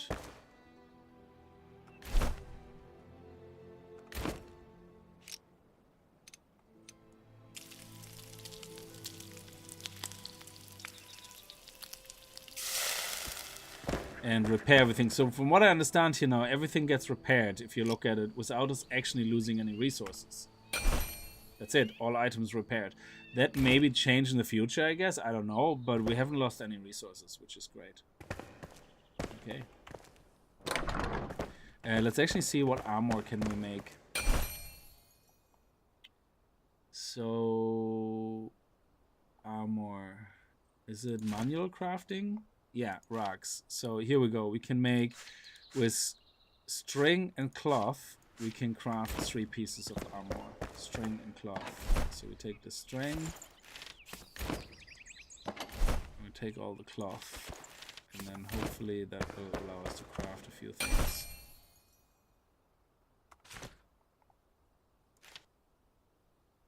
Okay. Nice. Okay. 17 resistance and physical resistance. This is going to 11. Very nice. And the shoes are giving us +2 as well. We look like a homeless person. Okay, so this one we're just gonna destroy. And these ones go back in here. Okay, good. We're set to go. Let's go. And we can either use the sword or the wand. Let's actually do it this way around. Yeah, I feel better with that. And let's head over to where apparently we have to free our body.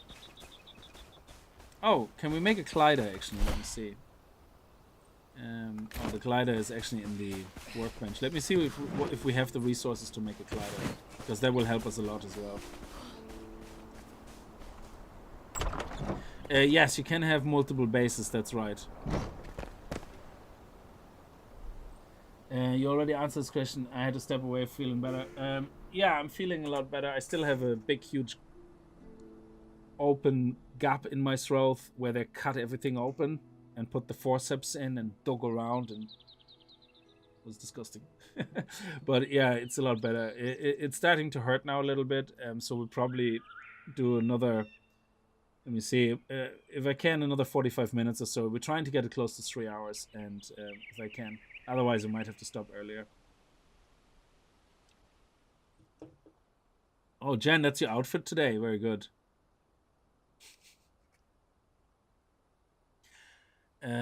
Michael, I don't build the field. I build up in Longkeep, up at the top by the inn. Use less resources and start with an almost all stone base. Yeah, actually, that's one of the things I want to experiment around with. I want to build my...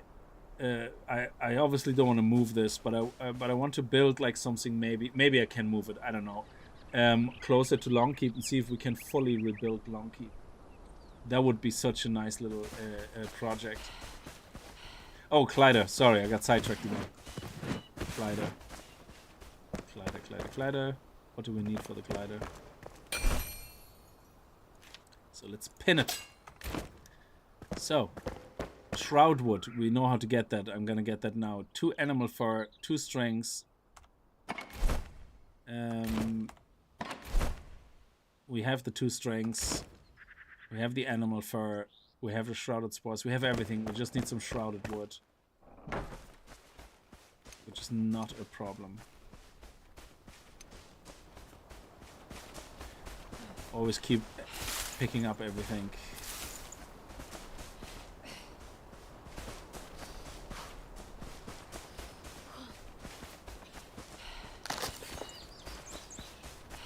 So down there is loads and loads of shrouded environment, and that's where a lot of the things take place that you're gonna have to do.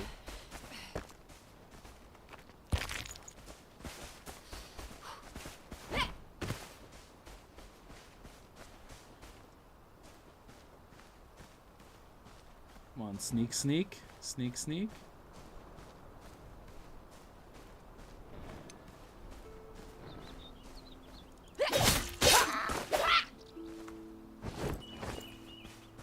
So this bridge here is out of commission. That's arrows. But you need the hook, the grappling hook, to get across. So actually, there's a chest up there. Let's go there first.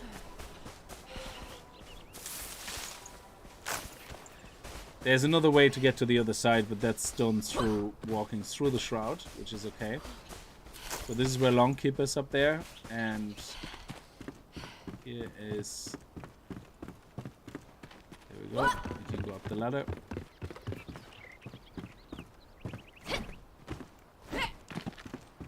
There's a chest here. Nice. Oh, another healing potion. Nice. So you need the grappling hook to get across, and then you can... There's another chest up there. So. Oh, there was another ladder. Actually, we didn't have to jump. Okay.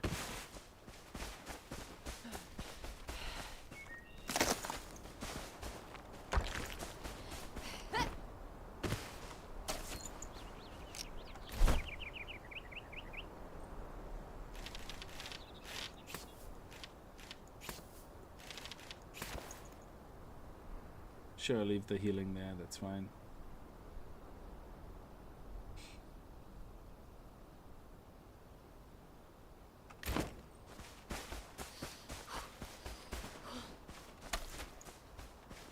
Okay, so let's walk into the shroud and hopefully out the other side. That's where we have to go. Oh, there's a little building here as well. What do we have here? So this is the lore page about the ancients and the flame, the captain's journal. Day 6. The raiders have besieged us these past 2 days, attacking from the bridge. Their eyes such madness. We have withheld so far, but only just. We may not survive the next assault. I've ordered to rig the pass with our last munitions. If those scavengers return, we are prepared. Yeah, arrows nobody wants. And this could give us metal, actually.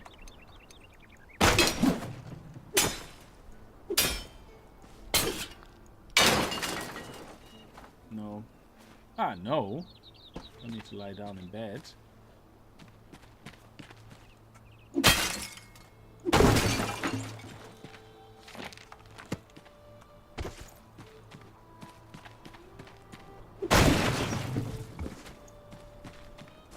Then we have more here. What do we have here? Okay.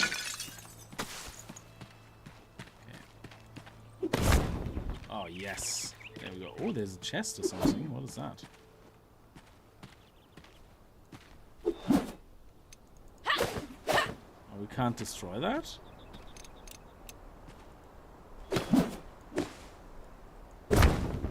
Yes, we can.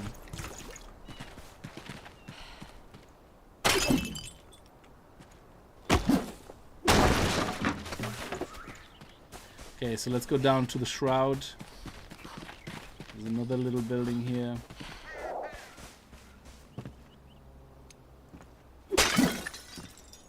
Oh yes, metal. Metal. Okay, so what do we have here? Another torch. And a letter. Captain's Journals, day 20. We're hungry. We had destroyed the bridge and wizarded our connection to supplies. But it worked. We haven't seen any more scavengers. The Cinder Vault and those within it are safe and should remain so. If we are to avoid starvation, we may have to take our chances in this horrible shroud. Either choice is certain death. Okay.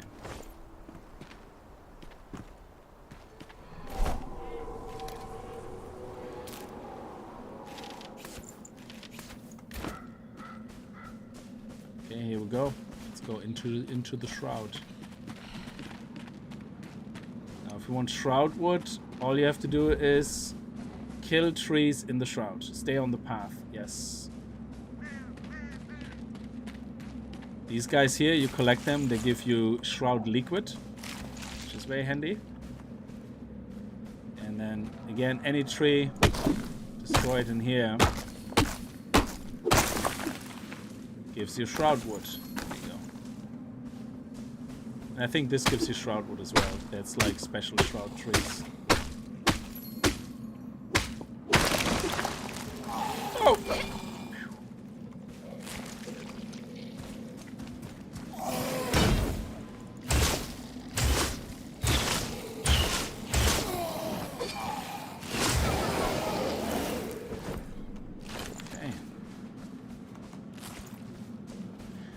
Now, you can say what you want, but this looks like only one thing, and I don't care. You can tell me to grow up as many times as you want. It only looks like one thing. That special mushroom. Nope. Not taking any excuses. So we have a camp here. Now, if your timer goes down, you have, there's these random lanterns here. You see them there, and when you pick them up, oh, we got a ring actually. They're fully reset. What did we get here? Stamina and plus health? Yes, dude, nice. Might as well just give a little bit of healing. There we go. Oh, beautiful. With a sword. Nice.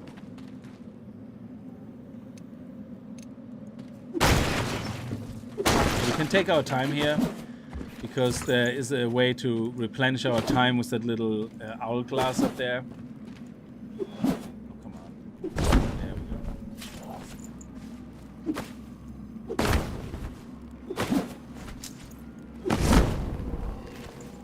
Strain, always cool when you find strain.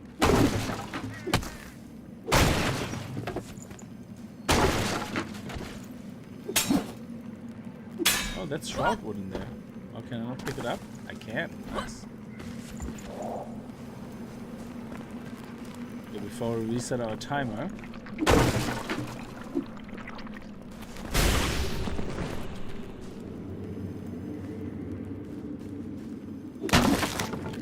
Nice.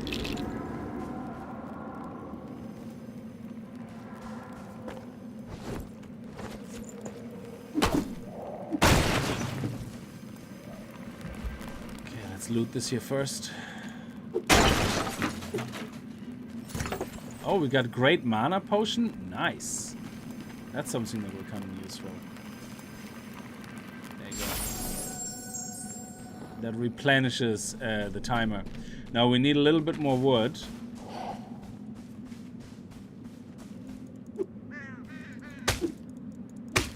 We need to have 8 shrouded wood, so.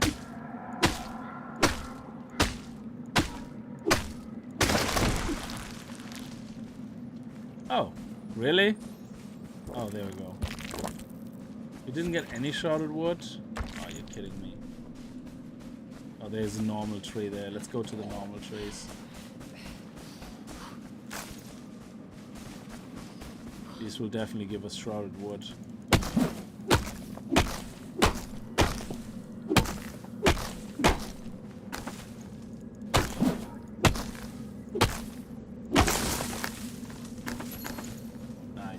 There we go.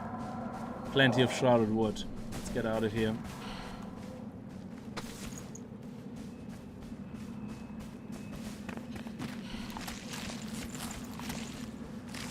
Oh, there's another little tree. Might as well quickly get that. We have time. We got time.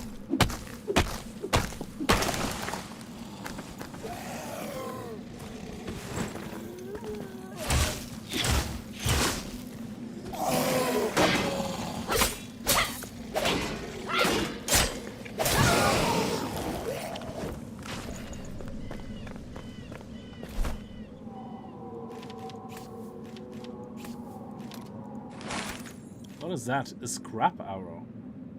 Okay, yeah, we're not gonna need any of those arrows because we're not gonna go for any of the ranger builds. We're trying to be just swords and mainly wands and wizardry, I guess, spells. But we need a melee weapon, so sword will be it. Or whatever other melee weapon we find, it doesn't really matter. So, let's head up on the other side.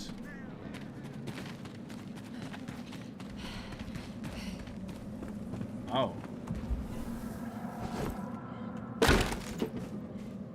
What is this? Is that a way out? Or oh, that's a cave? No, we're not going into a cave. I want to get out. There has to be another way out. Hang on. Ah, here we go. I needed to find the path again.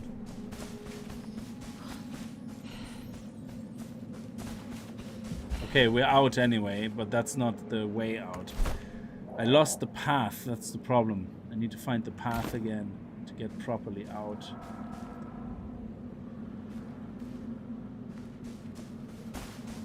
Yeah, let's go back in. Let's find the path.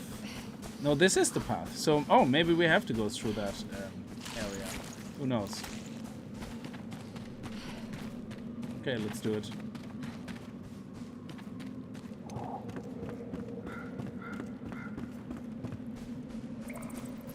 Yeah, it actually is, yeah. That's right. Any chests here, anything? It's so hard to see in this fog.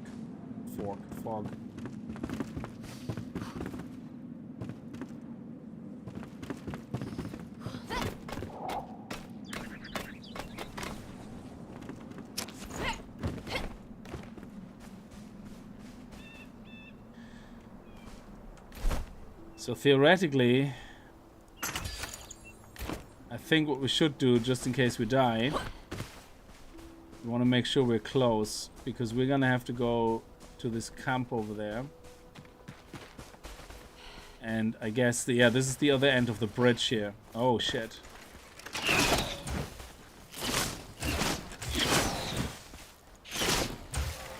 Nice. So he will give us metal. These guys here, they drop metal scraps. But they're also pretty tough to fight, some of those.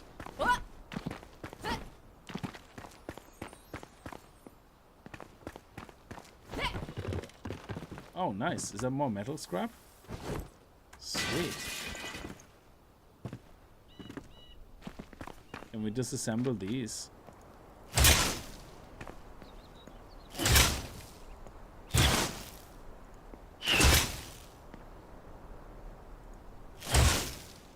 Not getting any resources from that. Okay.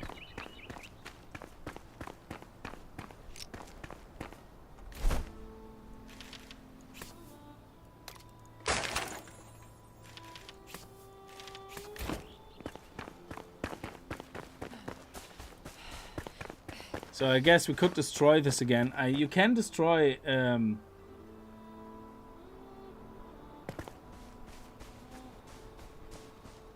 can I destroy this again? Because I wouldn't mind building it close here.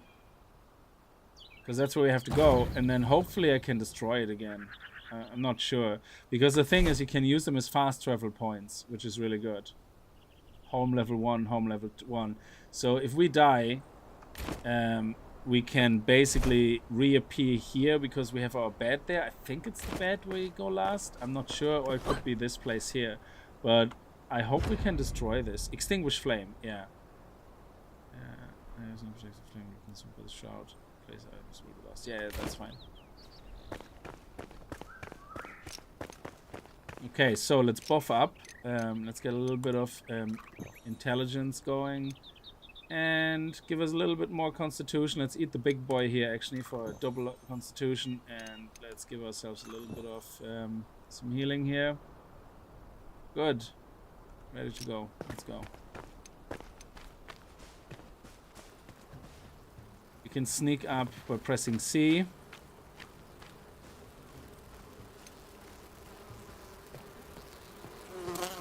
Shit.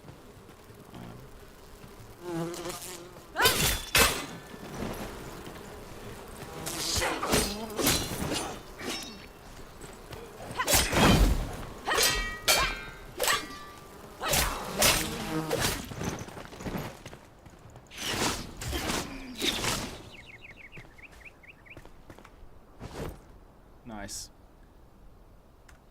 Okay. Yeah, definitely.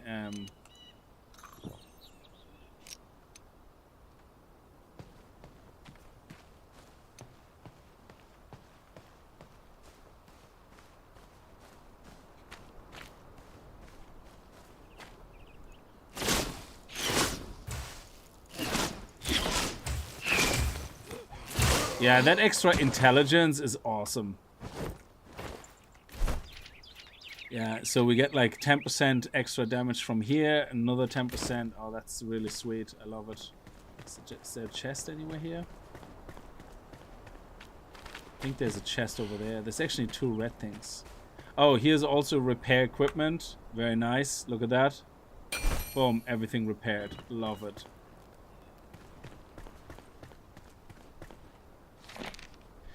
So this is a lore page about the Ancients and the Flame, which we already had another page. Oh, Balthazar again. The cinder vessel broke down during testing. The rata used inside was charred by the coalescent flame, a bright flash, then nothing. Thankfully, the side effect of blindness was only temporary. I've acquired a new subject, another rat, Igni. Hopefully our path to salvation. I cannot accept more setbacks. I will ensure that the cinder vessel holds as if my life depends on it. It may well. Okay, so this is basically the vessels where the Flameborn, like myself, are kind of in, I guess. Do we get some metal from this? No. Okay, can I destroy these? We get metal from this. Come on.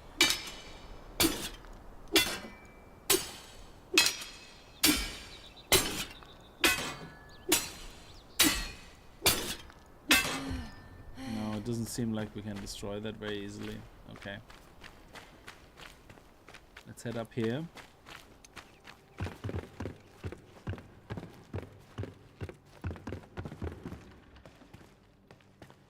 Okay, what do we have here? The lore page, Ancient in the Flames, Cinder Vault. Eureka, by the Ancients I've done it. Equilibrium. The subject sleeps, yet can be awakened. They are dead, yet alive. The subject does not decay, is untouched by the course flow of time. A flame's soul in a mortal body. Igni serves as proof. We can survive. We can endure. These cinder vessels will be our only chance amidst the Shroud. We have no other choice. So it seems that the Shroud at some point attacked the captain and the other guys on the bridge that were fighting it. And eventually, obviously, humanity or whatever they are got overpowered, and creating those Flameborns was the only way of survival then, I guess.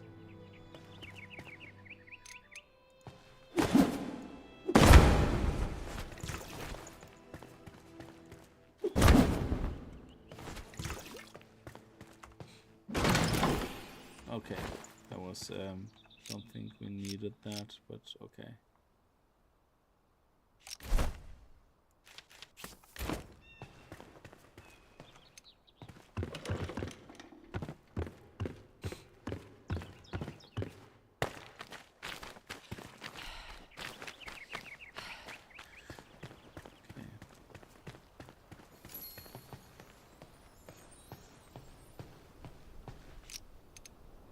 So I wonder if you're actively healing, will that continue healing when you fight, so we can have like a passive little heal?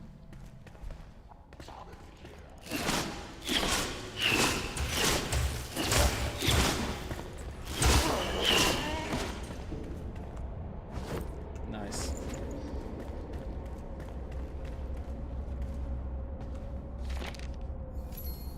Ancients in the Flame. Venture forth. It's done. The cinder vessel is a delicate contraption, still volatile yet brings potential and hope. The first human to enter, so we are humans, to enter will be our true prototype, the kindling of a new spark. Thankfully, the blacksmith volunteered. He must enter the vessel and sleep until roused anew, lest he slips into eternity. May the ashes of one age sustain the seeds of the next. So this explains why we find another human here, the blacksmith. I like that. Oswald Anderson. So the way this works basically is you can now craft something called the summoning staff. And the summoning staff, once activated with tab, just like the other thing, you can only do it in your base. You can basically craft and place the NPC, and accessing that NPC gives you access to some recipes he has, which is pretty awesome. So I like the way they've done that. It's very impressive. Any more metal? No. Let's see if there's anything else here. Is there anything behind here? No. Oh, what is that? Nice. Oh, it requires a lockpick? Yeah, we can do that. We have loads of metal, like, so we can craft a lockpick.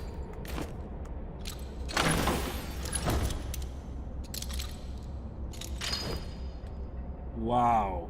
Holy shit. Executioner axe. Well, there's a melee weapon. Okay, let's actually have a look at that, baby. Can't use a shield with that. It's a two-handed weapon. Okay. Nice. It's more of a warrior. It's more of a warrior weapon, though. So I don't think we are going to keep it. Trying to stay a little bit closer to the whole battle mage thing. I think a battle mage would be maximum a sword and a shield. It's a very cool thing, though. But you can upgrade it as well to do more cutting damage, which you can do with the blacksmith. So let's keep our sword for now. I will destroy this probably in the end.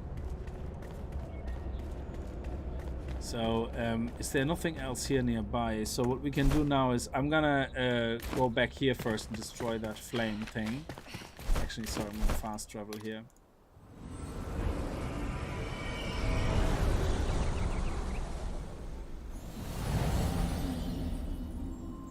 I don't know if it's always the same weapon, but we can quickly test that if you want.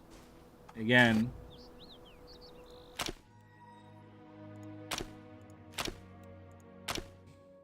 Let's go back, destroy them again, and see what happens. And then you can see what weapon is in there. Sorry, we have to go here, yeah.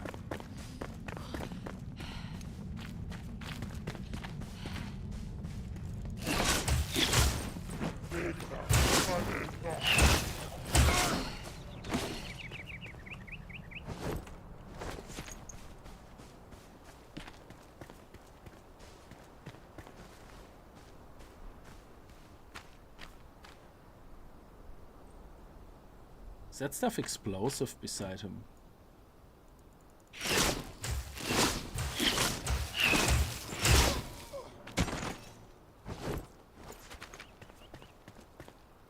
I think so. Could have blown him up. I like the way the grass grows back. So let's have a go in there, and then we can see if it's a two-handed weapon.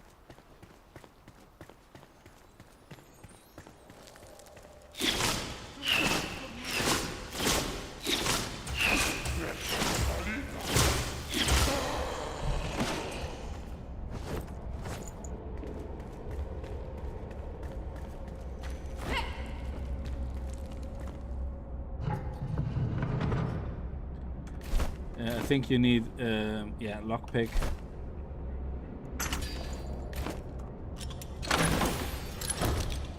I'm pretty sure loot is random. We'll see. Oh, there you go. It's also an executioner axe, but it's common.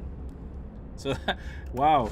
So it's actually better than the one we got earlier. So again, I'm not going to use them most likely. But you see, this one is upgraded. So you can see the damage is 16. But because it's common, it can have 2 upgrades. Cutting damage plus cutting protection. That is pretty cool. Yeah. Again, I'm not going to use them. Actually, and that gave us 14 runes. That is amazing. Also the shield I don't need because I have one already. So, yeah, very good. So, it gives you probably a weapon every time, but it's random. So let's head over here. So again, if you're playing on a server, well, there's no such thing as a server really. Everything is co-op, yeah. So you can only play. You can get a server. You can play on a server, but somebody's hosting the server. You can host the server. I don't know if you can host the server on G-Portal or a server host here. I think what happens is, you can either make a public game or private game. If you make a public game, other people can join it, and that will be your co-op instance. The reason it's co-op is and not multiplayer is because you can only have up to 4 people playing. So it's more of a co-op experience. Not like usually multiplayer to me is slightly different. It's where you can have a server that's neutrally hosted. And if nobody's online, the server still runs. It doesn't matter, yeah. But or if one person is online, the server runs and the days keep counting. But it doesn't have to be always the same person. The reason this is co-op is that the person who is running the public server is running it on their machine. So if I log off, having to make the public game, you won't be able to access that world. So I don't know if they have true server things. I have no idea. So in the moment, I'm actually going to leave this one here because there's a lot to explore and it gives us a bit of a shortcut to travel there. So yeah, I'm going to leave this one here. I'm not going to do anything with that. I'm probably going to do this. Our altars only cost 5 stone. So the best way is like to just head over there, destroy it and build one over here if you want, you know, whatever you're interested in. So yeah, this is quite handy, like to have 2. You can increase that to 3 as you upgrade it. So if you upgrade the altar, I think it's the strength of the flame. Yeah, altar activation capacity 4. So if we upgrade this, the spark we get later, we can have 4. So I would use 1 as a base, maybe 2 as a base, but the rest just as handy travel points. So you can make a dedicated server up to 16 people. Okay. Yeah, in that case, those servers would be more akin to multiplayer servers. but everything else is gonna be co-op. I like the game a lot. I think a lot of the reviews either been very picky about some of the current features. There was a lot of negative reviews which were literally giving negative reviews because you can't craft from the chests. And that is actually intentional because you find later on chests, recipes for chests which are magic, and it makes sense that magical chests allow you to access them from wherever you are, so in your base. So if I craft something and I don't have the resources on me for this, but I have it in my magical chest, I will be able to access it. So I like that because it's kind of a lore-driven thing. So I like how everything is lore-driven so far in this game, which shows a lot of attention to detail and good storytelling, really, in a way, because just like the blacksmith, when we found the blacksmith that we can place, yeah, like this guy. Oh, can we not craft? Actually, there's a 3-star? Oh, okay, yeah. We can place him here. Yeah, boom. There you go. And the way it explained it is by you following the story of Balthazar, trying to figure out how this works, you know, to how these vessels work, to keep humans in. And he was a volunteer. So I really like that the lore is kind of, you know, explaining why this is a thing. So yeah, so I think a lot of negative reviews also are, and that is human nature. There is so many reviews I read or comments on forums, on the Steam forums of that game. Well, just play Palworld. It lets you do this and this, and it's like, yeah, but Palworld is a different game. It's like saying these apples are not very good, so why don't you, instead of saying like, why don't you have Granini instead? Yeah, Granini Smith. You say have these carrots instead. I'm sorry, they're not apples. You know, you're not comparing like with like. So people saying just play Palworld instead is completely bullshit, because why would you play a game that is not a Valheim like open world survival game with RPG elements? Instead of, like, Palworld is also the same genre, kind of open world survival, but it's a completely different type of game. So yeah, I think people are just getting really mixed up with their expectations. I do understand there's a lot of valid criticism. I think the whole crafting system can do with quality of life, of course. You can only craft one at a time. You have to keep clicking space instead of saying how many you want, you know. But that it's a minor inconvenience, yeah. The stacking system is a pain in the ass, absolutely. I would like to be able to hold down control and drag one. Or maybe hold down control, drag one, and then use my mouse wheel up and down to add more or let more go. All we have in the moment is split stack. That's all. So if you want to, for example, upgrade your altar and you go, oh, okay, let me see, what do I need? And you basically say, okay, I'm going to get 5 resins. Forget it. You're not going to get 5 resins and 5 mushrooms. You're basically just going to get whatever stack you have in your chest. End of story. Because it's not going to let you do that exact count. Yeah. But again, minor inconvenience. It's not something I would leave a negative review about and go, oh my God, end of the world. Like, so I think some people are just being a little bit pretentious, really. I would even use that word.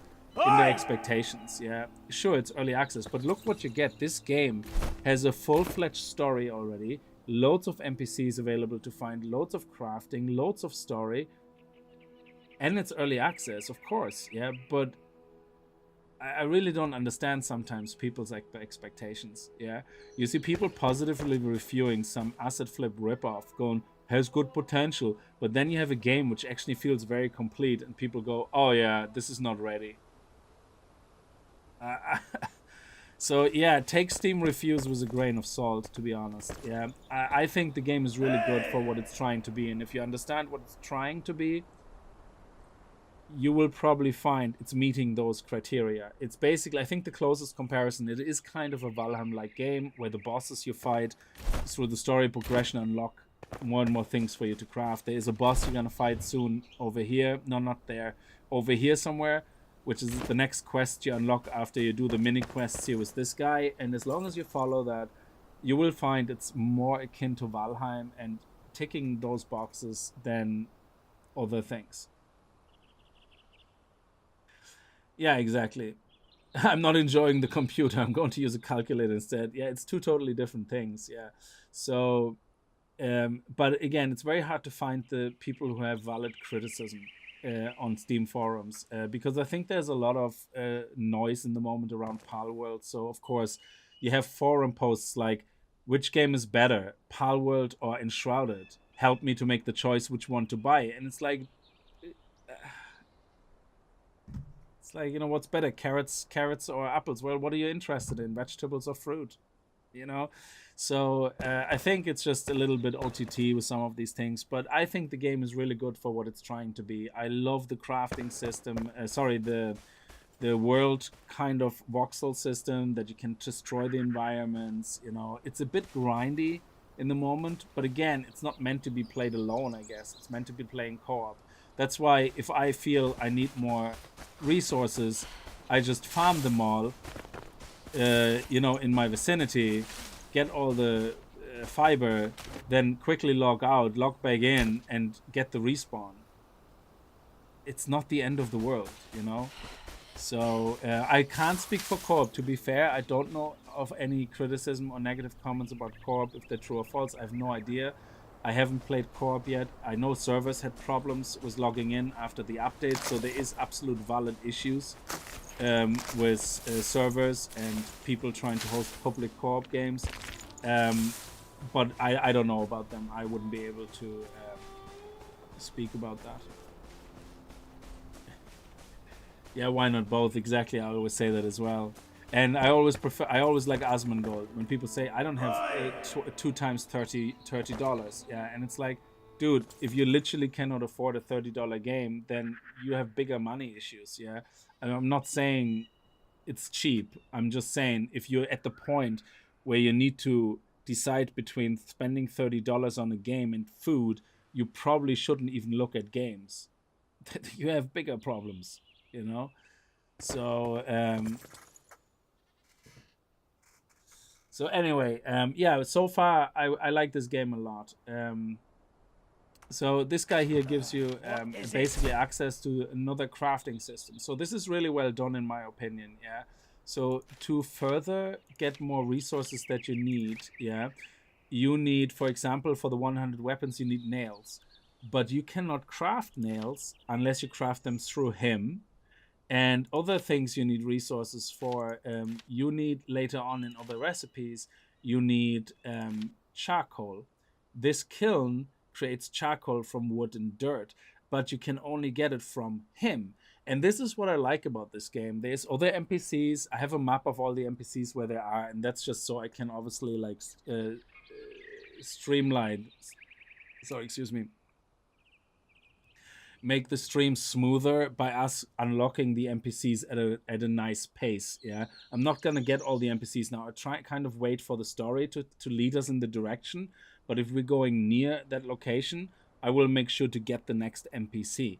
So and there's a hunter NPC. I think he unlocks like things like the higher arrows you can craft, and he has other recipes. There is a farming NPC which helps you actually getting your own bushes, your own farm set up, for growing food and stuff like that.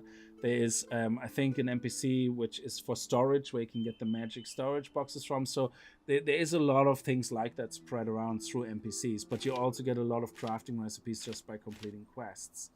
And by actually, once you build the forge, there's other things inside you can craft, yeah? So he has also quests, so craft your first gear.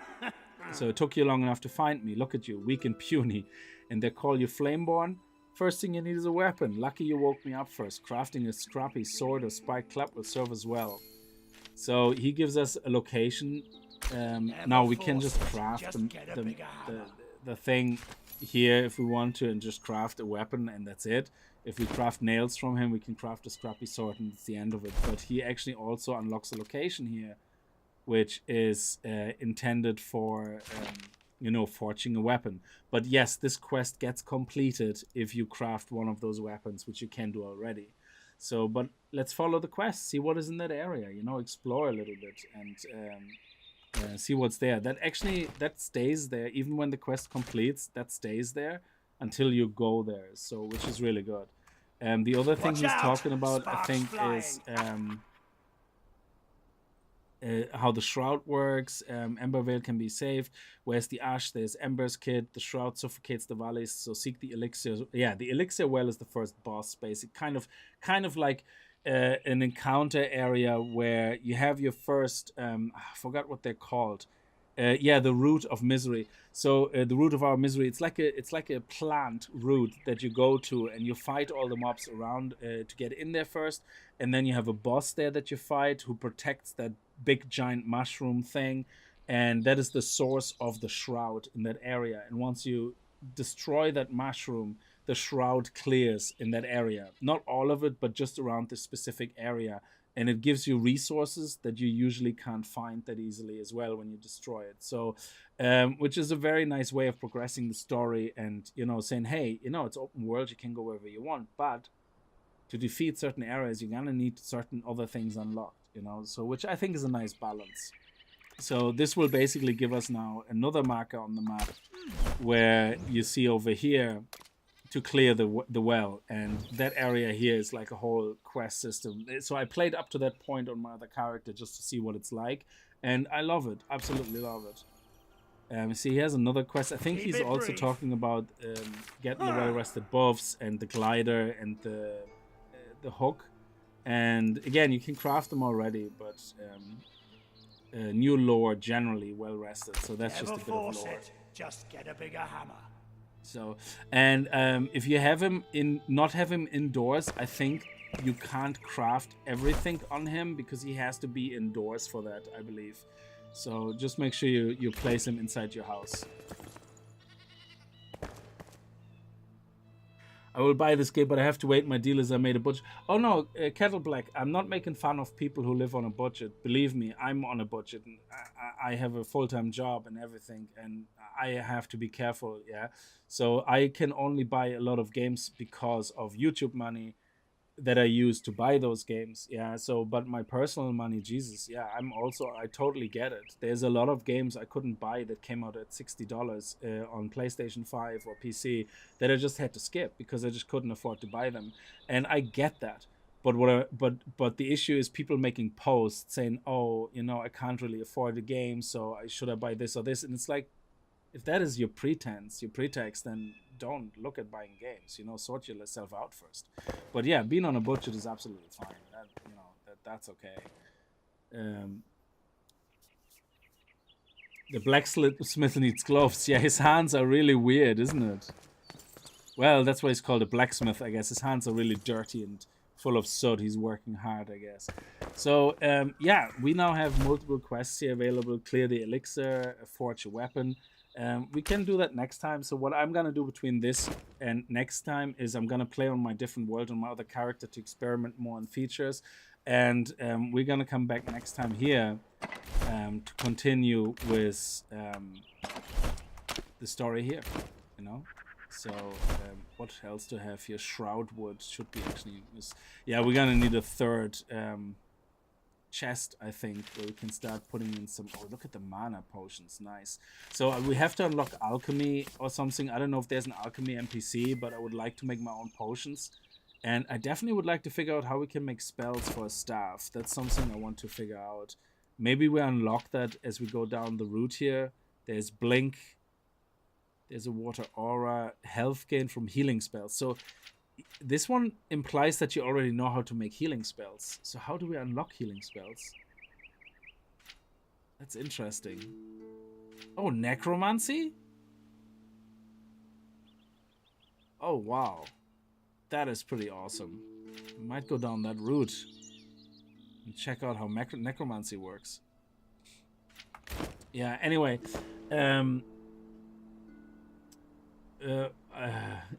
Oh yeah, exactly. Palworld was a great purchase, but I can get it. It's so I'm not making fun of people at all because I'm the same. I can't afford every game. I wish I could. There's so many I want to play.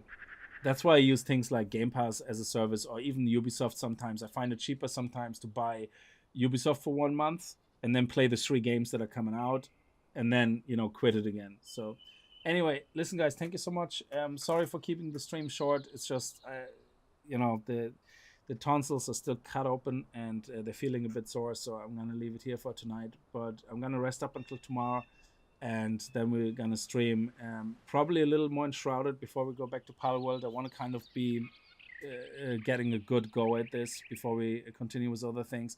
And I'm going to gather a lot of resources in the meantime, actually, and get some storage sorted. So you guys don't have to watch me do that on stream, which is really nice. It kind of relaxes me doing that, you know, in my own time a little bit.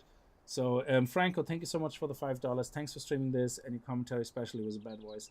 Yeah, so if again, anybody who missed it, I had some stuff done on my tonsils, cut open and all that, so I'm trying to hold it back a little bit with my projection of the voice. But again, I see you guys tomorrow.